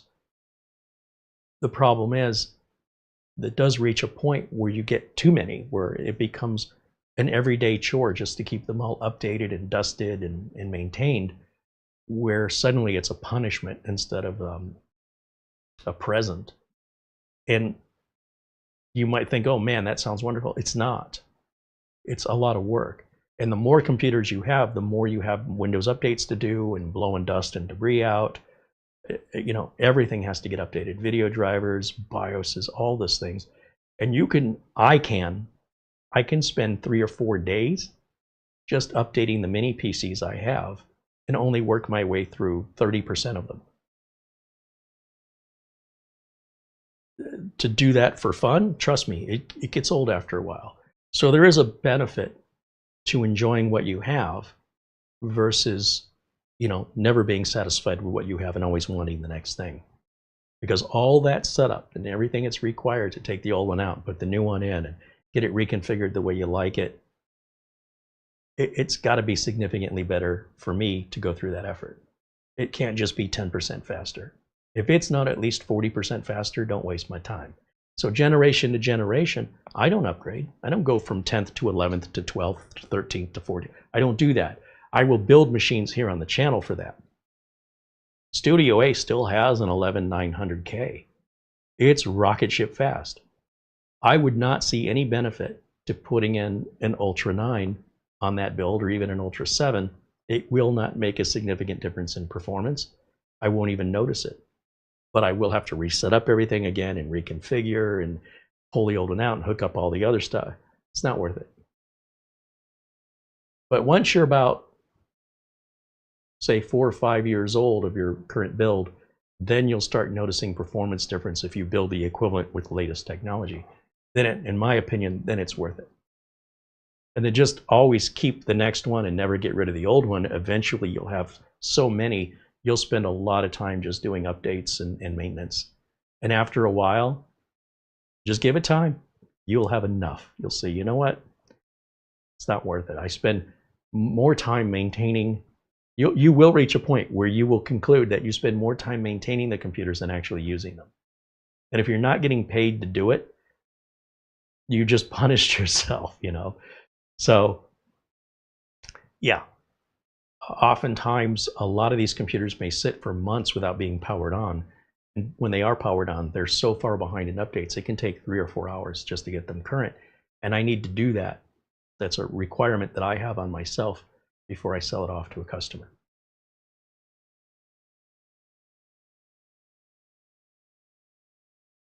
Mark Gaines said he tried to install the Gigabyte Control Center and he got a blue screen of death.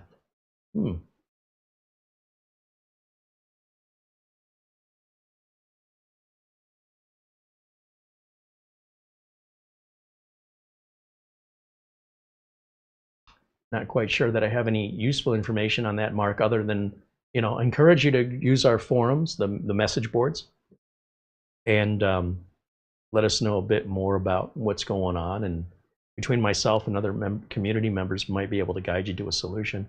I imagine if there was anything wrong with that Gigabyte control center, that there's got to be people talking about it and what the resolution was.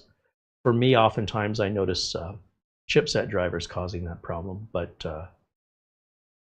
again, without all this information, I'm not quite sure what to advise at this point.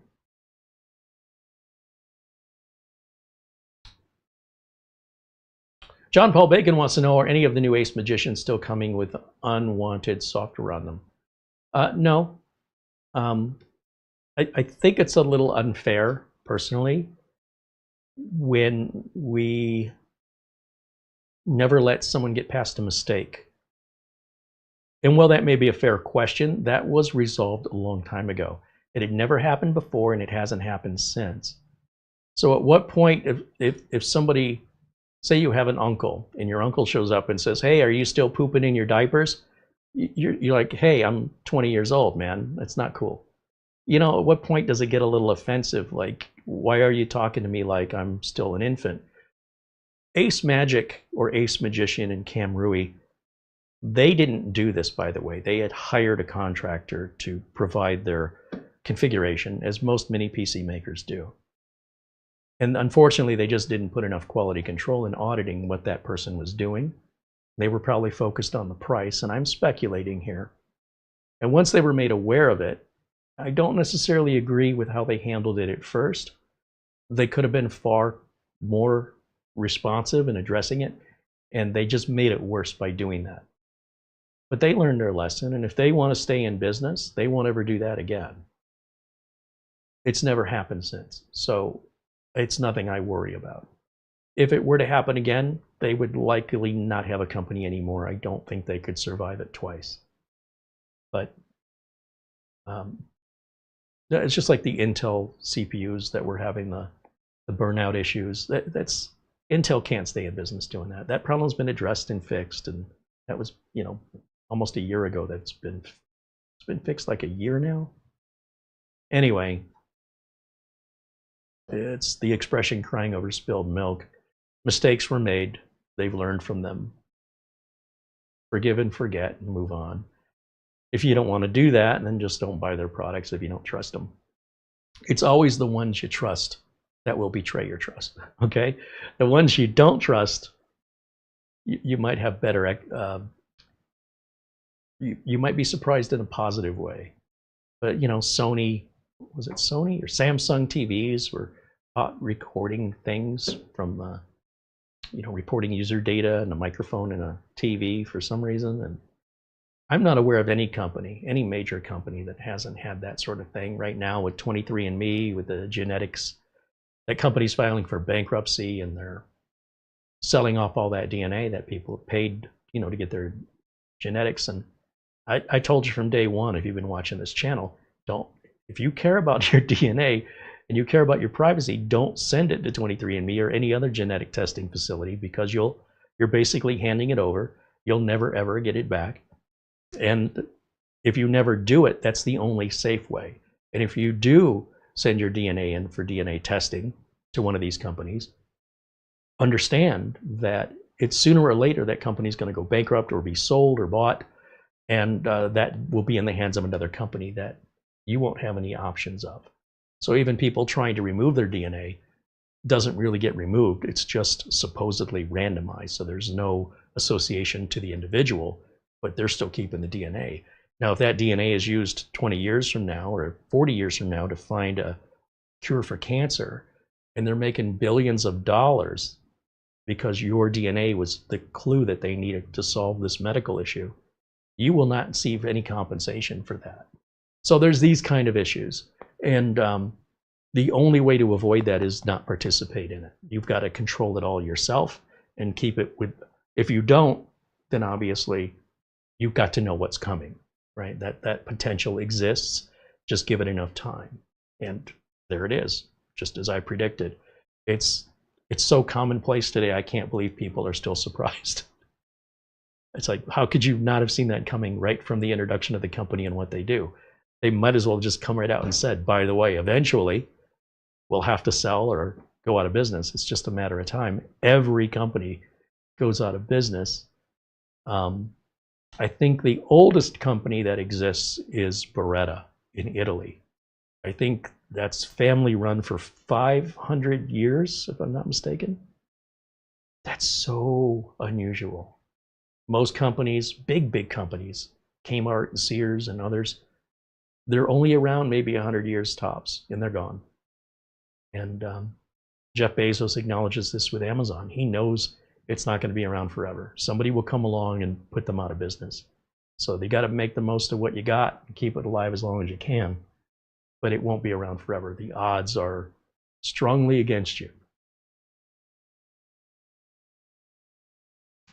Carl says, did you contact Cam Rui regarding the specs on that E3B mini PC? I asked Mara to do that, so I'm not sure where that is, if we got a response or not.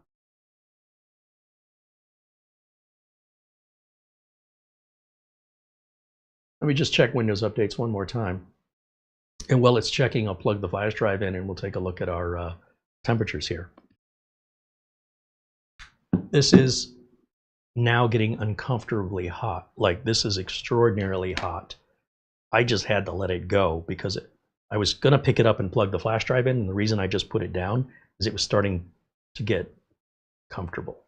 I think I have my infrared heat gun over here somewhere. Bear with me for a second. Let me step around and see if I can find it.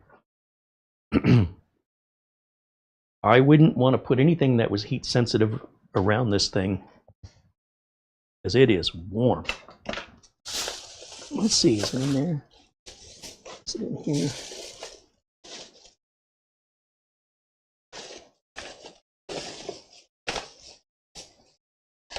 Found it. Got it. I'm so excited that hopefully in a few days, maybe a week or two, we can get the studio cleared out here. Have a proper workspace for me because I'm having to wind my way around a bunch of things. But let's just see what temps we're at, because normally warm is fine with a machine like this. This is not warm anymore. This is actually quite hot. So my heat gun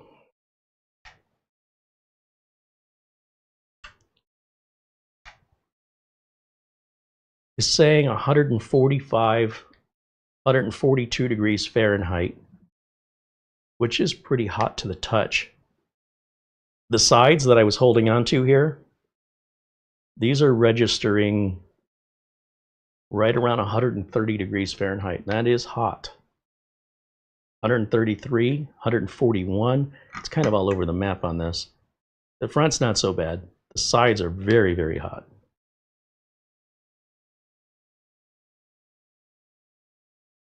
So we're sitting somewhere between 130 degrees Fahrenheit to 140 degrees Fahrenheit. That is, that's a little bit warm. No, it's beyond warm. It's hot. Let me just see what kind of temps we're running here, because, yeah, that's crazy. Again, when it's fanless, I expect it to run hotter than normal, but I don't expect it to be so hot that I can iron clothes with it. So let me, let's go over here. Did I check for updates already? Can't remember if I did that. Let's go over to our File Explorer, and we'll go to USB drive. You know what? I'm going to throw VLC on here just because. Just because.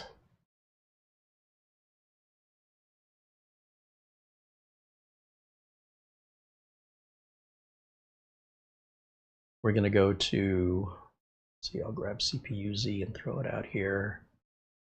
And I'll grab Uncle Carrie's 10 optimizer. We'll put that out here. And see, testing software. HWI hardware info.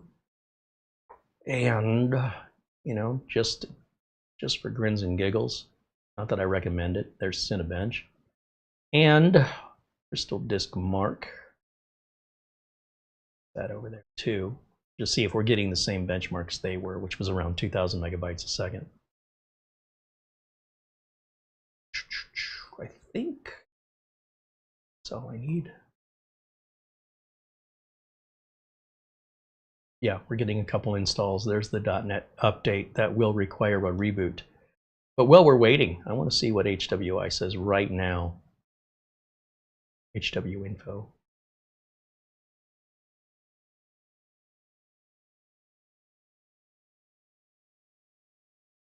So typically CPUs can reach, oh, let's average out 100 degrees Celsius. Not sure what that is in Fahrenheit, before they throttle, which is far hotter. You know, that'll burn your skin, and that's within tolerance of operating temperature.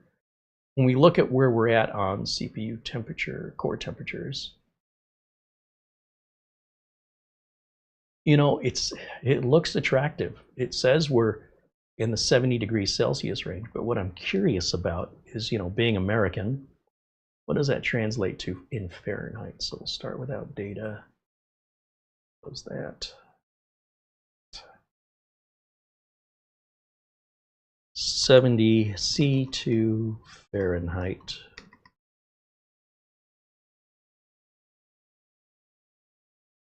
That's 158 degrees Fahrenheit, and that checks out, if you think about it logically, the fact that I'm touching this and it's measuring 130 to 140 degrees Fahrenheit. It makes sense, and it also makes sense that that has the potential to get even hotter. So if we can go to safely 100 degrees Celsius, that the chip would still be within its tolerance of how hot it can get. That means that this could reach over 200 degrees in theory. I don't know that it would.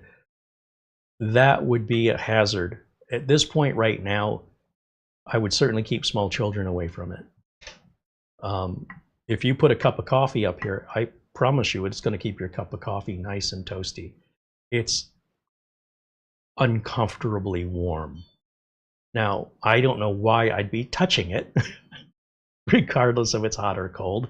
That seems like a weird thing to do, but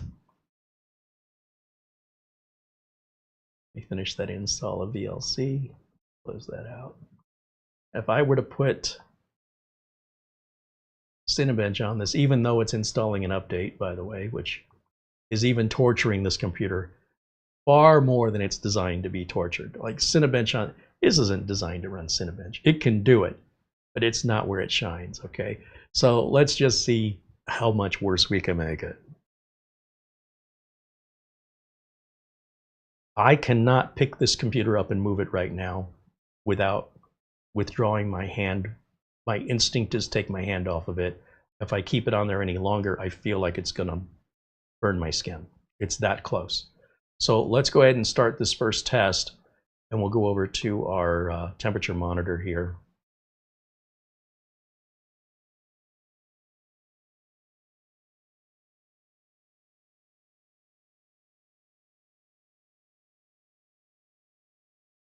And usually within the first 90 seconds is when we're going to see the hottest temps.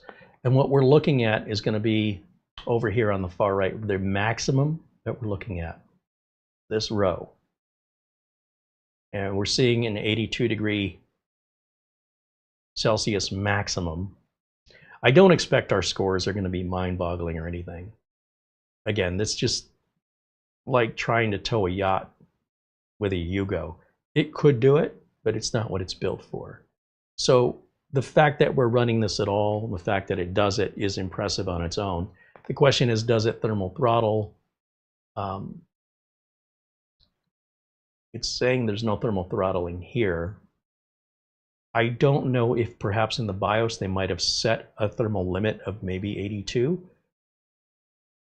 There must be some kind of thermal limit it won't exceed in order to withstand the capacity of what the passive cooling can do, right?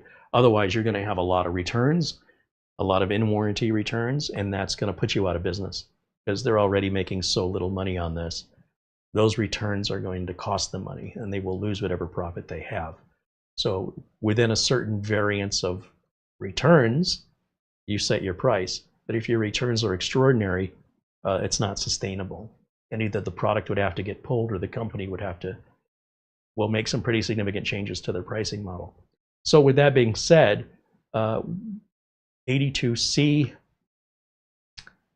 which is 82C to Fahrenheit, nearly 180 degrees Fahrenheit. And if I put my temperature gun on it right now, is it getting hotter? It's still right around 132 over here. On top, I'm reading 141 over here. 130. So this thing, it's going to heat up apparently to about 130, 140 degrees Fahrenheit. And again, if we go the other way on this, if we say for everybody that lives outside of the United States, what does that even mean? Let's take a worst case 140 Fahrenheit to Celsius. That means the outside of this is getting 60 degrees Celsius, maximum of what we're reading. Back over here. I'm going to assume that because we're not seeing anything higher than 82 degrees Celsius internally, that's got to be a BIOS limitation. Probably a smart one, not one I would address. I would leave that alone. But that's probably why we're not exceeding it. The limiter is put in there. So with that, let's see, David Graham contributes $2. He said they need to give away oven mitts with that PC. Well, I don't know why you'd be touching it, honestly. I mean, it didn't get hot right away. So when you're first installing it and you turn it on, you can move it around to wherever you want it. You know, it's not intended to be turned on and carried around. I'm not aware of any computer outside of a laptop or maybe a tablet or a smartphone that's designed to be portable. It is a bit surprising, if I'm honest, that it's getting that hot. And the reason I'm saying it's surprising is if I go full screen here on camera 1, I'm going to just show you how long I can keep my hand on it. Okay, that's too. When you normally see me touch it and let it go, it's because it's starting to get uncomfortable. When you see my hand come back quickly, that's because that's instinct, you know, pulling my hand out of a fire. Yeah, that's about it. That's about all I can stand. And I have a pretty good tolerance for that. And it's on the sides too. Like if I wanted to pick this up, yeah, that's too hot. That is way too hot for a human touch. But again, that's while it's powered on and running. I have no doubt that there are other fanless mini PCs that don't run at this level of performance. It would not get this hot. This is the way it's designed to run. I just want to reassure you that even though I'm not comfortable with that level of heat, and I would want to make sure anything around this would not be susceptible to having heat. So in other words, if I had a wax figurine or something that was, you know, if it were put into direct sunlight could cause it to curl up or deform, I would want to keep it at least 6 inches away from this mini PC. I would not want to put anything on top of this unless you had a drink you were trying to keep warm. I suppose you could use this as a heated coaster and it would keep your drink really nice and warm. But if you spill your drink on it, well, that may not be such a good idea. So that's very interesting. I don't know that it's necessarily a bad thing. But again, it's about setting your expectations. How important is it for you to have a completely silent computer that can run as fast as possible without overheating? In March of 2025, this appears to be it. Because at this point now, it's so hot that I cannot hold it for more than a few seconds without my instinct just releasing it. That is the hottest computer I have ever touched. But At 82 degrees Celsius, it's well under the circuitry's abilities. And in much the same way, a rocket engine gets hot too. And it's going to burn a lot of fuel in order to lift a rocket up. It's not there for you to barbecue with. That's not what it's for. So this is interesting. It's not bad. It's just your expectation should understand that one goes with the other. All right. And when you want to go to the highest level that you can go, passively cooled, right now this appears to be it. And that's just normal. You just get used to it. It's designed to run that way. It's nothing for you to fix. If you feel like that's something you need to fix, this is not the right computer for you. The engineers have done all the work, and as long as you're not pushing it any harder with regards to getting into the BIOS and trying to increase its wattage or make changes internally that could cause it to run hotter, then you might be digging your own hole there. But as it is out of the box, I have no doubt there's nothing wrong with that temperature as far as the circuitry goes. But I could certainly understand that you could easily forget about that. And you could have this in place for months. And maybe you just never turn it off. And you just start thinking one day and you reach over to move it and you're like, ow, you know, that's not its fault. It'd be the same thing as if you had a kettle on the stove and you just reached over because you forgot the kettle was on and you could burn yourself. That's not normal with a mini PC, where it is normal with a kettle.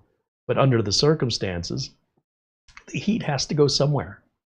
So yeah, in order to get this cooler, we'd have to put a lower end processor, which means we're going to lose performance. It's an interesting trade-off. Whether or not you see that as a good thing or a bad thing, I'll leave that for you to decide. But it should have no impact on performance or reliability. Zarosk just became a supporter. Right on. Hey, Zarosk, thank you for joining our tech club.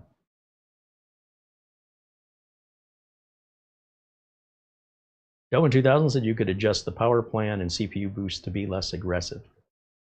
Well, again, there's a whole team of people, right? It's not one guy who sits down and makes this up.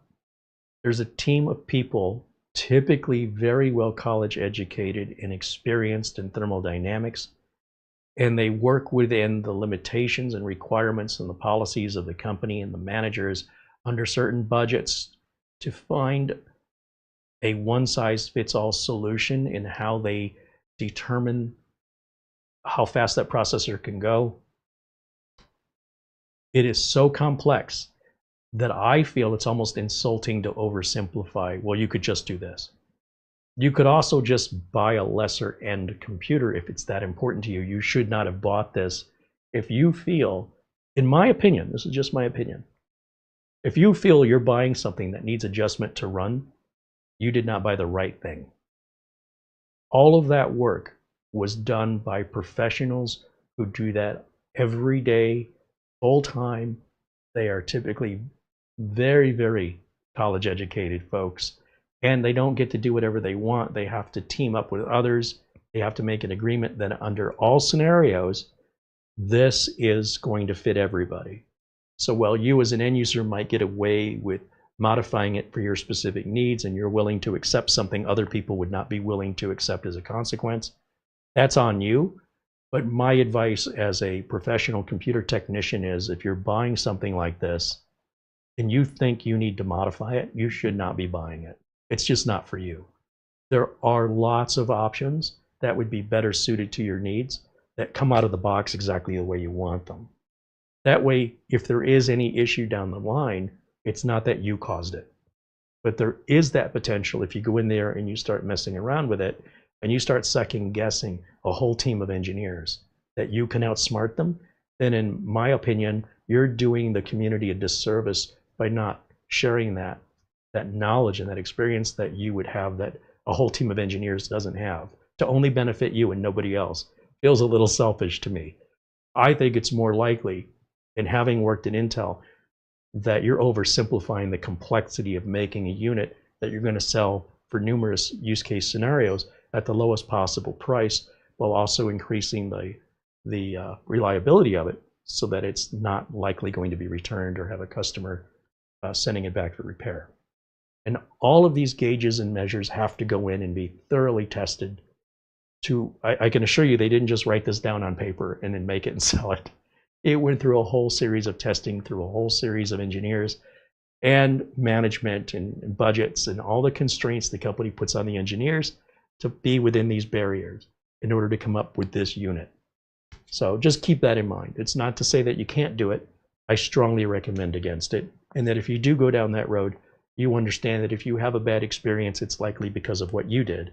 And if it were left alone the way it were engineered, you'd likely not have any issues with it, or your odds of that are significantly reduced. But again, there's no absolutes.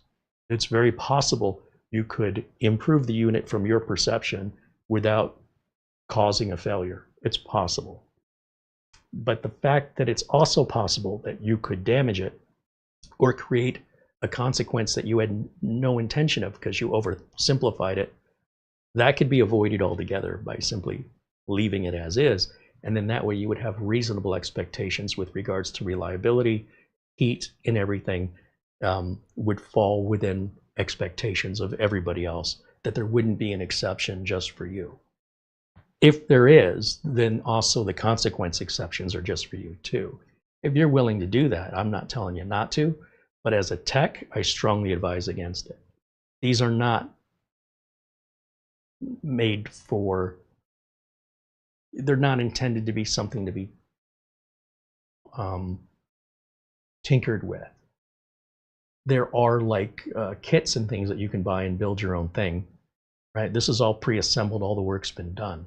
It doesn't make any sense why you would pay the extra money for all that extra engineering just to dismiss it when you could have built something yourself, done all the engineering yourself, and probably saved bucks. You know what I mean? But to each their own. I just don't recommend that for those reasons.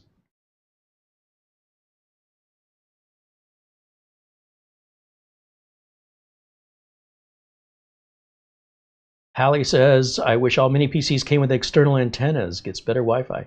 Well, the good news is you can always just buy an external USB Wi-Fi and plug it in. You know, you don't have to use the one that comes in the mini PC. But I'm with you. I mean, I prefer external antennas myself, even if it's just one antenna. It doesn't have to be two. Some of the 1 liter PCs we looked at from Lenovo and HP and Dell, I think it's the Dells that have that singular antenna. Now, I personally don't run them on Wi-Fi, and when I do, I don't have a problem with signal strength. However, I just like the peace of mind, you know, that the antenna's there. It's more of a, I like having it whether or not I need it versus the option of needing it and not having it. But again, you can just simply, you know, buy a USB Wi-Fi and get one with antennas on it and solve that problem if it's that important to you. It's especially important if the mini PC is made of metal. The plastic ones don't really have that issue.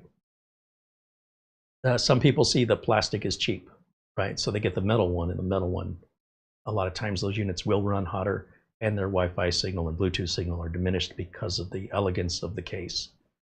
But to each their own. Let's go back over to this machine here and see how we're running. Ready to reboot. Is our Cinebench done? We go full screen over here. And I'm going to tell it not now on the reboot because I want to just keep this cooking. We've got a final score on the multi-core. Let's do this 10-minute test on the single core. And again, we'll just keep those temps up. It did hit 84, so clearly 82 is not a limit. We'd see 89 now. So again, still a 10, 11 degree headroom to that 100 degree. We've hit 90, and we are thermal throttling here, but not permanently. Just when it's hitting a certain temperature, it's shutting down some cores temporarily. But our temps are still going up here. So 91 looks like our maximum, and I'm going to just hit it with my infrared heat sensor. Oh, wow. Now it's reading 142 Fahrenheit on the outside.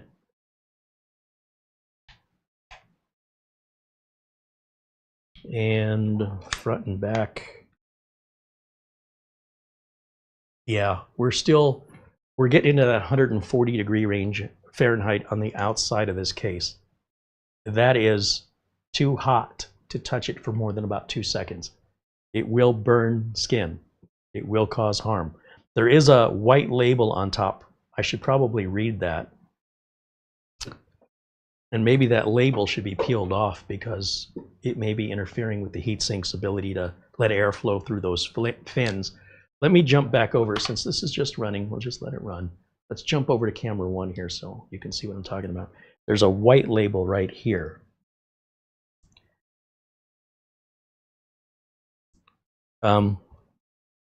Print is very small, and I'm not getting any younger, so let me grab some thicker glasses. Gonna look like Milton from Office Space. Attention! The 0 dB cooling system utilizes the metallic housing to dissipate heat passively into the surroundings. The surface of this mini PC, especially the top aluminum heatsink, may get hot while running the CPU and internal GPU with intensive tasks. The mini PC is professionally designed to prevent itself from overheating while in use. Adequate airflow around the housing of this mini PC shall greatly enhance its cooling performance. Please avoid touching this unit with bare hands while operating. It would have helped if I read that 45 minutes ago. You know me. I'd say, well, let me determine that. Well, there's a full warning right on here. It tells you flat out, this gets too hot to touch. That's designed to do that. There's nothing wrong with it.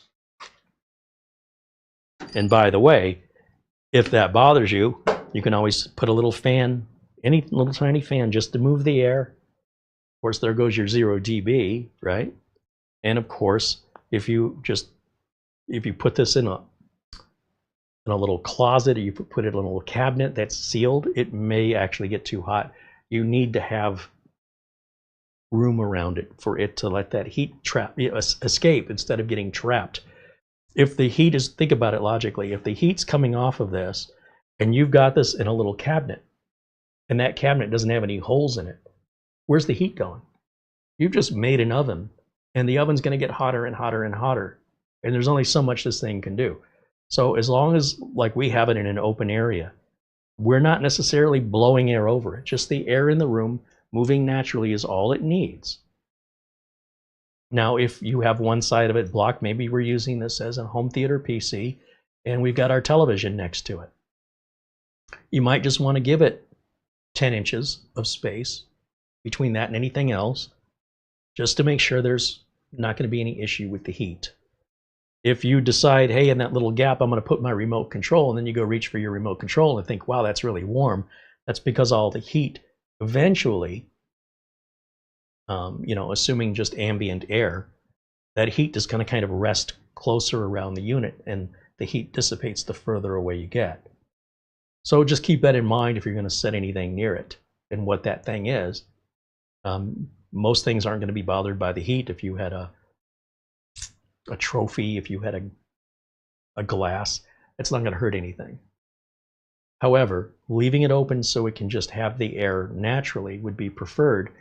And again, if that's too much heat where you can't touch it and that bothers you, then you don't want the N300 version of a passively cooled machine. You're going to want something much less power capable, in which case it wouldn't get as hot. So one does come with the other one. When I'm using a computer, I don't know how often I'm touching it, to be honest. I think I'm touching this one more because I'm not supposed to. If you look at any other mini PC and count how many times I'm picking it up and touching it, it is probably nowhere near as much as I'm doing with this one because it's so weird. But that's why I wanted to review it. This is very different. It's up to you to decide if that's a good thing or a bad thing. Depends how much you hate noise, because this has zero noise. I mean, you can't even tell that it's on other than the blue light and the fact we've got a video signal out on it. All right, how's it doing now? Let's go back over to full screen over here for me. So 92 looks like our maximum. Our current temps are sitting down in the 60s, and I see a couple there in the 80s. That's normal depending on what the processor's doing. It's supposed to go up and down, just like when you get in your car, you don't drive the exact same speed out of your driveway down the residential roads and onto the the thoroughway. You will run your engine at a certain RPM depending on what you're doing. You're probably slowing down in turns. You may be sort of taking up a lot more resources when you're going up a steep hill. Your gas mileage is affected by that. How much heat the engine's going to generate, it's all reflective of that. It's not that you just put your foot all the way down to the floor and that's just how you drive everywhere all the time without ever slowing down. That's not how an engine works. And in much the same way, you should expect the same out of a PC. When it's being pushed hard, it's not as efficient electricity-wise. It's going to cost more to run it when it's working hard. It's going to generate more heat, which usually means more noise, but it's just intended to be temporary. Turbos on an engine don't kick in 100% of the time. They kick in when they're needed, and then when they're not needed, they shut down. They're not intended to run 100% all the time. That's what a supercharger's for, and that's a different thing. And even then, a supercharger is kind of the opposite way around. But that being said, it's not an exact analogy, but it's just an example that this works in many ways like other things we're familiar with in life.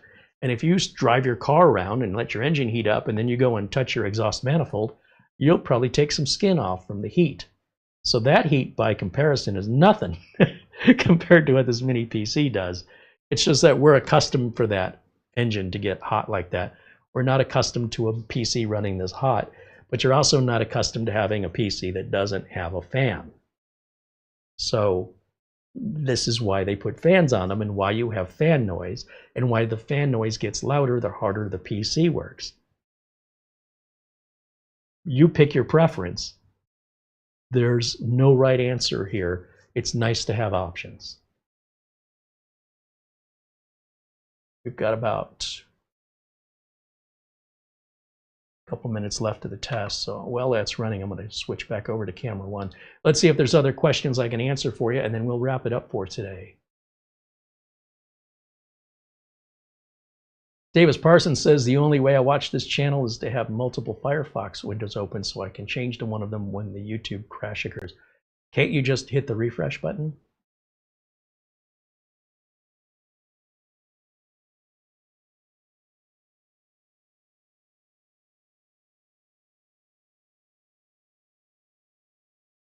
David Graham says, I don't see it for home use. You've got to be careful where you place it. Well, it depends on the home, right? If you've got small children, I mean, I would be worried if I left this on all the time and say it was the entertainment center for my TV and I come downstairs and start my day and notice my cat is sleeping on top of it. Not that I have a cat. I would be very concerned that the cat's fur is preventing it from feeling just how hot that's. But I guess if if the cat's laying on it, it must not be that bad. I don't have to worry about any hair getting in it because there's no fans. But that would be a little concerning if there were children running around, or if I had a sloppy house and I didn't have any room for this to really give it adequate space to cool, then I would agree with you. So it's for each individual to decide if it's right for you or not. I would not be so bold as to say this is not for home use. I could not disagree with you more. What I would say is it may not be good for your home use, but I would not speak on behalf of everybody, and I would allow the respect for people to decide for themselves. It's not for me to say, and I don't think it's for you to say, and it may not even be what you meant, but I'm a little sensitive to that because I see it a lot online where it's very important for me to acknowledge the right for people to decide for themselves, and not to just make a universal statement unless there are certain requirements that must be pretty extreme for me to make a statement like that. Unless I know somebody personally and I can identify preferences to that individual and their values or their lifestyle, I believe people, when given information, can make the right decision for them, but not for anybody else, unless, of course, they know them really well.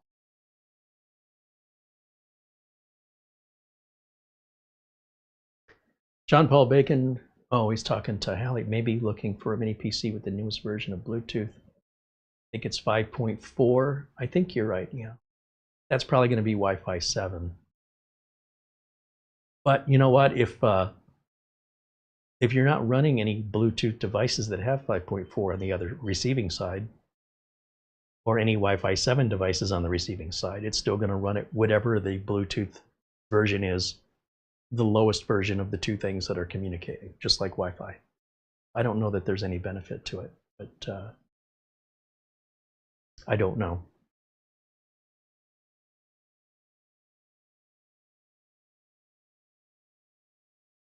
Davis Parsons says when his Firefox crashes when the live chat crashes in Firefox, it locks up his Firefox window.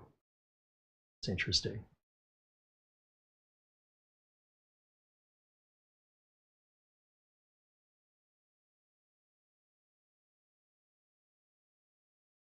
Usually, in my experience, that's the result of extensions that you put in Firefox. If you take those extensions out, and I'm making an assumption here, but if you take out the extensions, then likely if Firefox crashes, it doesn't seize. You should be able to refresh it. But you know what? I haven't used Firefox in a long time. Nothing personal. It's just that Google owns YouTube and Google owns Chrome. And as a content creator, if I want to have the least problems and the most compatibility, I have to stick to that platform. I don't have to, but I choose to in order to avoid, well, exactly what you're dealing with.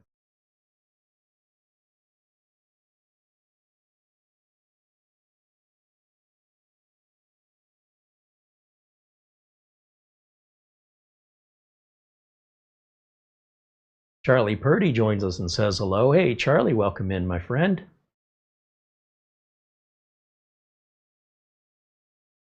Our tech guy saying Lenovo uses that single Wi-Fi antenna for their small form factors. Yeah, like I said, if it's one antenna or two, I just like to see that external antenna. I can't really think of a scenario where I really needed it. It's more of a feel-good thing. I like to have it.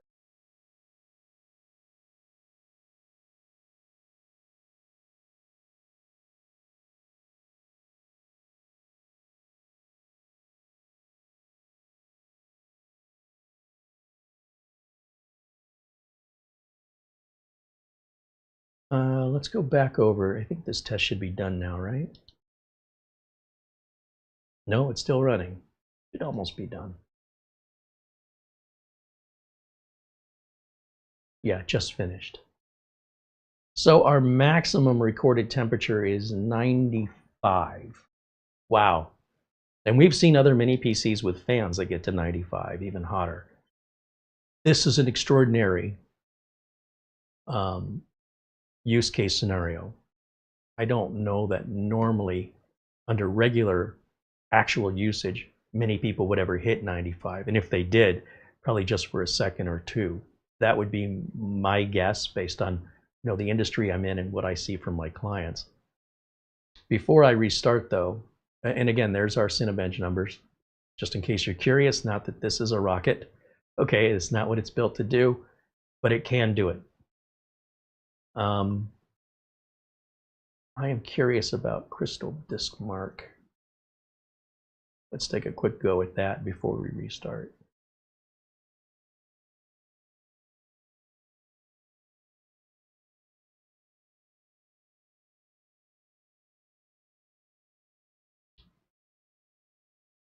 This suggested it ran about 2,000.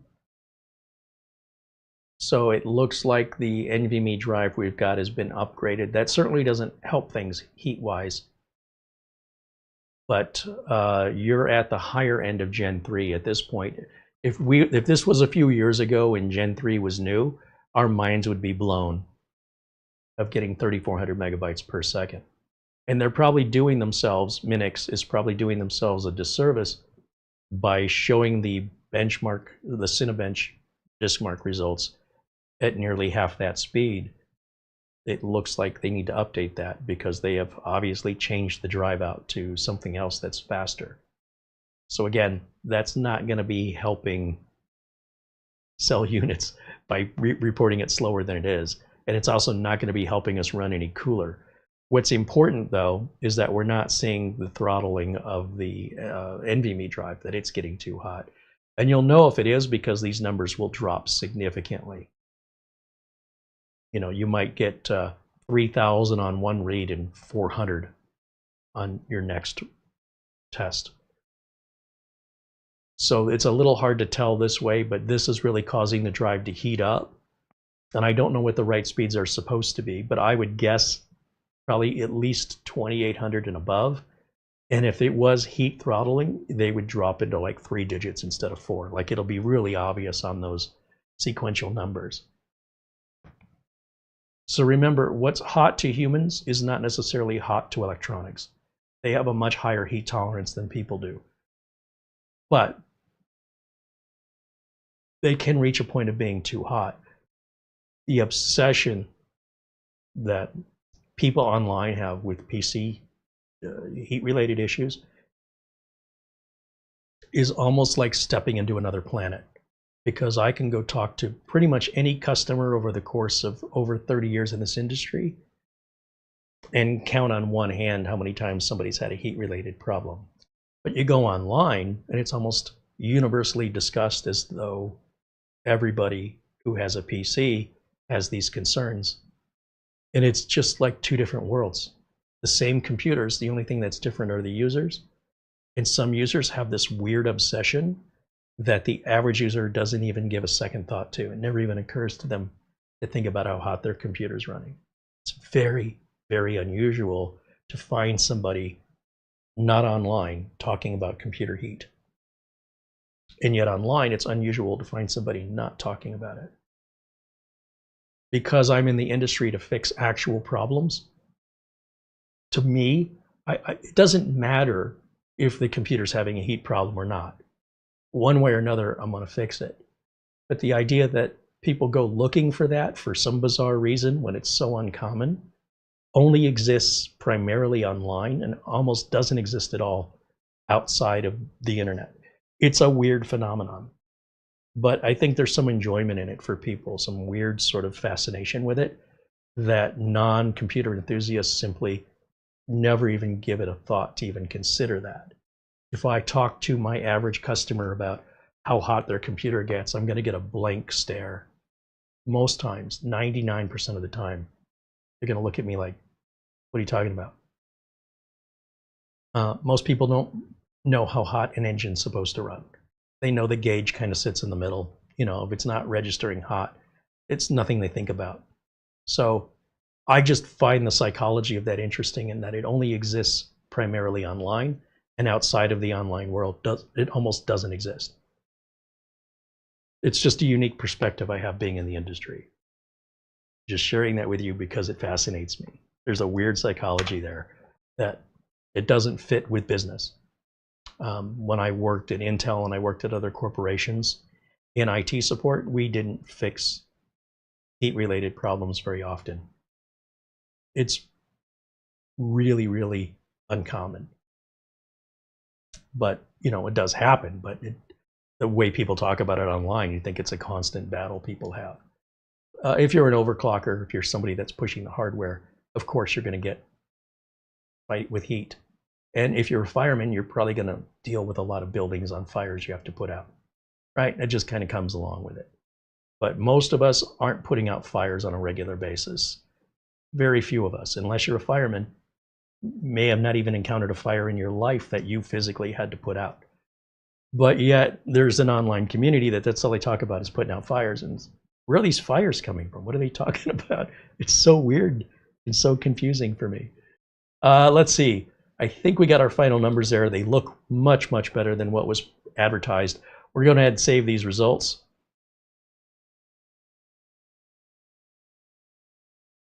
And we'll just write that up as crystal disk mark.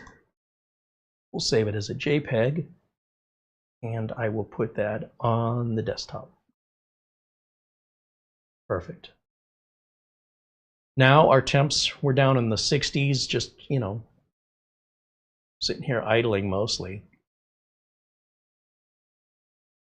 And yeah, I'm going to just go ahead and close this, and let's restart for those updates to take effect. And while it restarts, let me jump back over here to camera 1.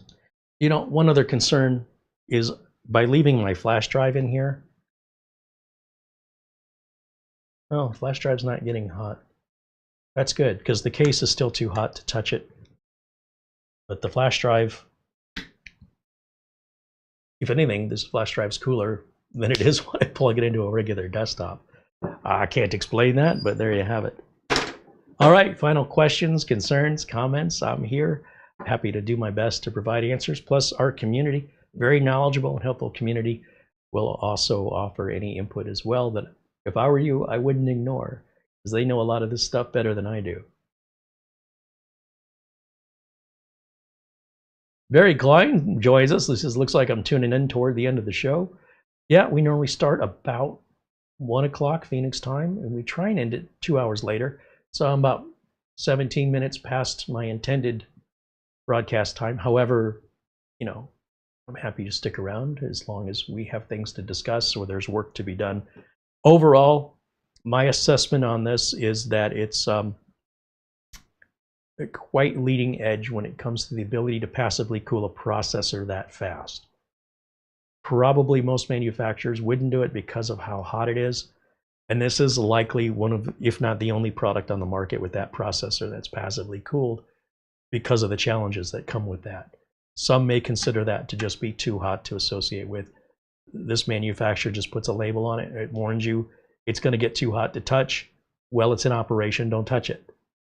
Nothing a sticker doesn't fix. So if that bothers you, this would not be the right unit for you.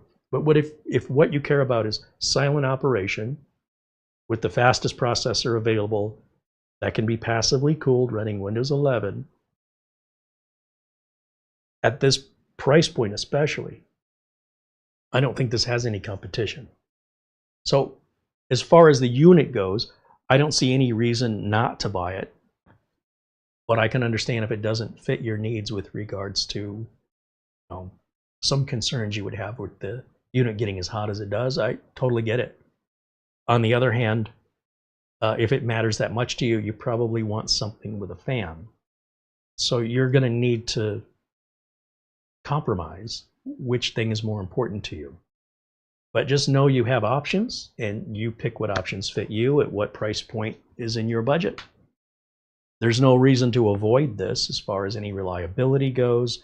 So far as I can tell, this will be just as reliable as any other mini PC. They're just choosing a different avenue of cooling, which does come as a consequence that it's going to get hotter, much hotter than what we're accustomed to. But that doesn't mean it's broken, and it doesn't mean it's less reliable. It's just doing it differently. That's all. Just because something is different doesn't make it better, but also doesn't make it worse. That's for each of you to decide, as long as it's not impacting our reliability, it's not impacting anything with regards to the machine, like crashing or overheating. It's just designed that way. And if you don't like that design, that's totally acceptable. We just want you to know what to expect. That way, you'll make a better informed decision and be less likely to return it. That's my main thing. But if you're curious about it, they're available on Amazon. They have that full 30-day return. And we have all the links that discuss the product in detail, of course, in our video notes, as always. A thank you to Mara for doing all of that work, creating our thumbnail and putting our video descriptions together. Thank you again to our good friends, all of our members, our friends like Buster and Charlie Purdy and Mark Gaines, and all of our other generous supporters here that help us continue to maintain our independence away from corporate America.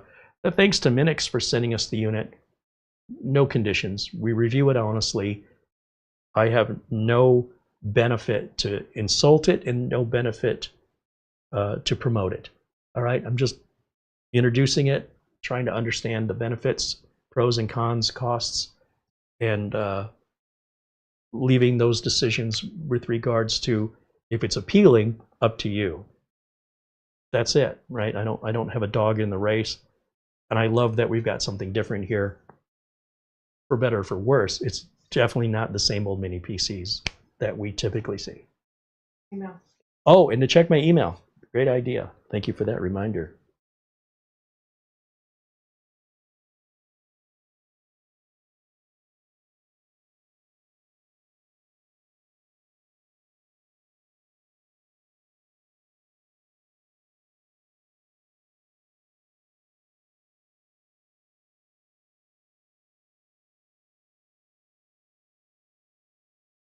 Ah, Frankie B sent $200 via PayPal.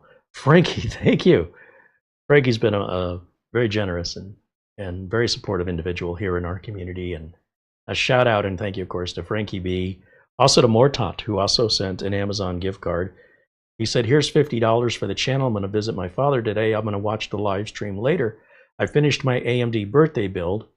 Even though my birthday is not till the end of April, I will post some pics to the message board. And that's our friend Mortant, or Thomas. Thank you, Thomas. Of course, thanks to and welcome to all of our new members and current members. What else can I tell you?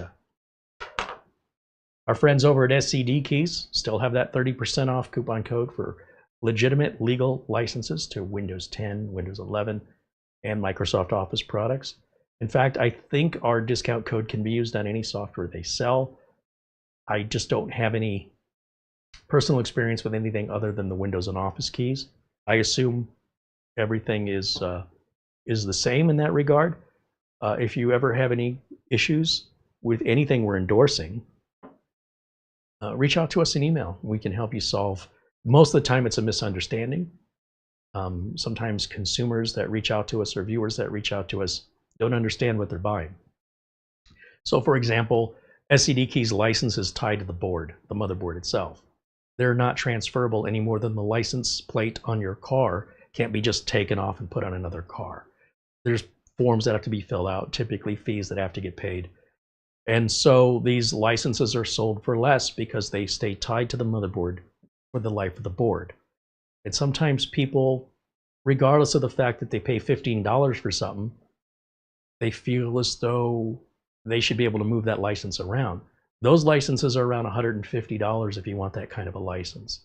So unless you're moving the license more than, or at least 10 times, it's cheaper to just buy it each time you need it. And how often are you replacing a board? So in the very few instances where we've had anybody email us with a concern, in most of those instances, those folks had a misunderstanding of that these licenses are not transferable. And those licenses are available at 10 times the cost. But if you think about it, it's probably cheaper to just buy another license than it is to try and transfer a license. That being said, that's universally true. If you bought a Dell computer and you want to take the Windows license off of your Dell computer and put it on some home computer you just built, you can't transfer that. There may be people who've gotten away with it, but it's not a part of the license agreement and the terms and conditions upon Microsoft license that to Dell. It wasn't for you to take it off any more than you could take the license plate off of your car and go put it on your motorcycle. Like I say, not without going through a lot of hoops and spending money on paperwork and fees. It's a license, right? When people buy their music and their movies on DVDs and Blu-rays and they claim they own the media, they physically own the DVD or the Blu-ray, but they don't own the material on it. That's licensed. It's a different. So let's say I get Lord of the Rings on DVD. I own the DVD. I own the physical plastic.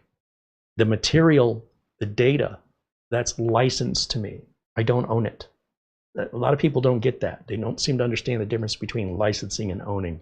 You can't own a copy of Windows. It's not possible. You can only license it, just so you know.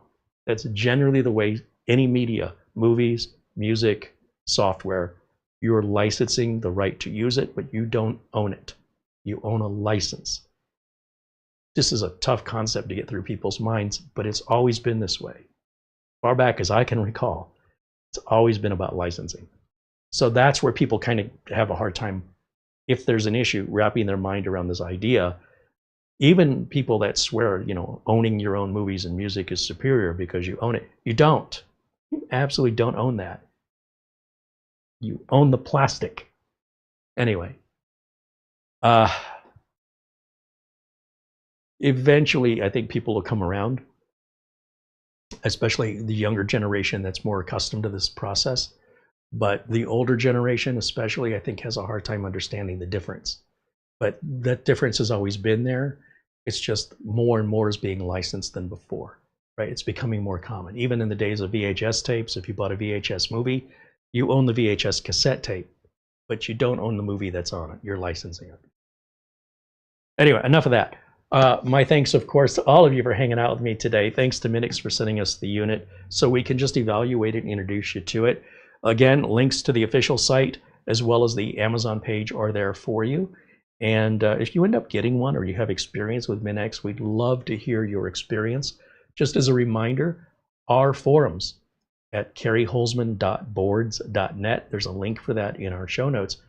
And we'd love for you guys to engage with each other and ourselves through these message boards. It's all completely free, and we hope to see you in there. It's been pretty slow in there lately. It'd be nice to see a little more activity. And especially if you have any technical support you're looking for, or if you just want to engage in sharing your enthusiasm for some new tech you've got, that's the right place for that community to come together outside of our live chat. It's always available everywhere in the world. It's always for free. So I hope you'll join us there. In the meantime, thanks again, and we look forward to seeing you all tomorrow. We do a show every single Friday at 1 o'clock Arizona time, which is currently Pacific time. And it's not always that way, but it is now. So 1 o'clock Pacific time is 4 o'clock Eastern, and we hope you'll join us and join us as well here in the chat, because we love to hear from you. Thank you so much for hanging out. We'll see you all tomorrow at 1 o'clock. I hope you'll be there. Until next time, bye for now.